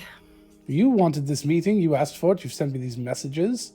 What is it that you need, Addie? What are you going to take now? A straightforward answer for once? Fine, ask away. What are you doing with that device? Nothing.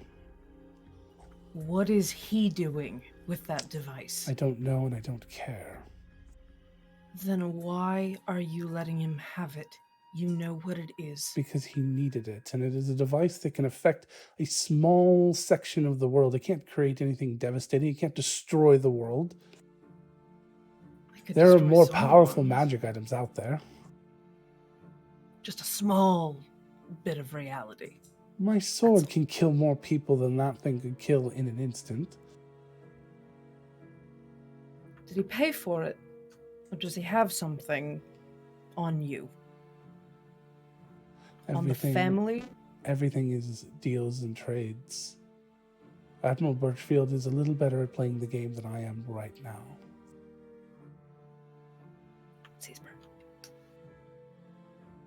What did I say? Sea Spray. Sorry. I'm like, shit, who's an admiral? Admiral Sea Spray is a little better at playing the game than I am right now. But one... Oh, Addie, there's always somebody better. You should know that. I'm well aware.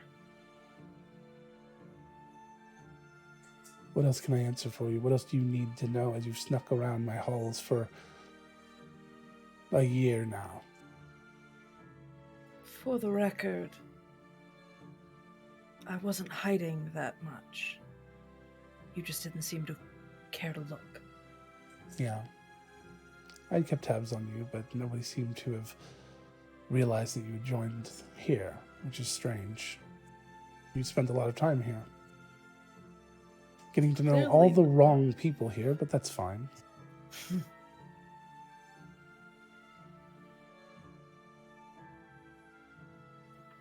Well, I guess things are open now. And I have some leave to take.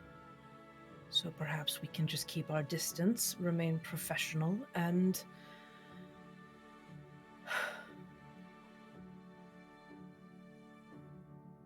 I'm not sure much more is to be said.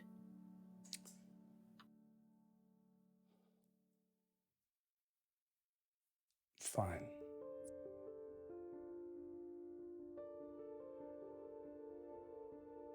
Just remember, I earned this.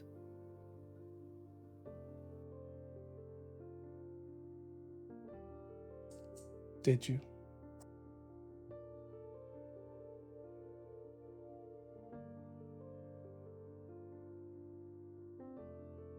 If that's all, Director. Is it? You're the one that called the meeting. Well, I had hoped to have some misjudgment of you. You do. To say I was Constant disappointed. misjudgment. You always have. You misjudge most situations you're in.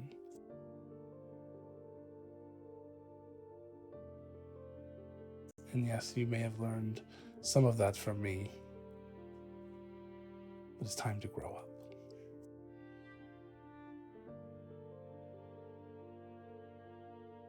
And when you're ready to grow up, I'll be here.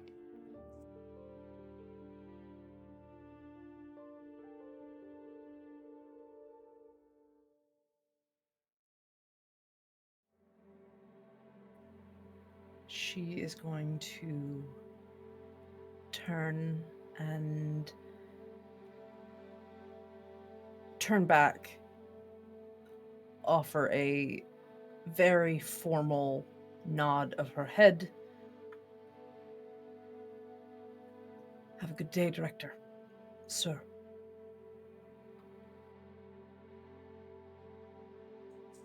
and she's going to turn for the door and see if it opens. It opens.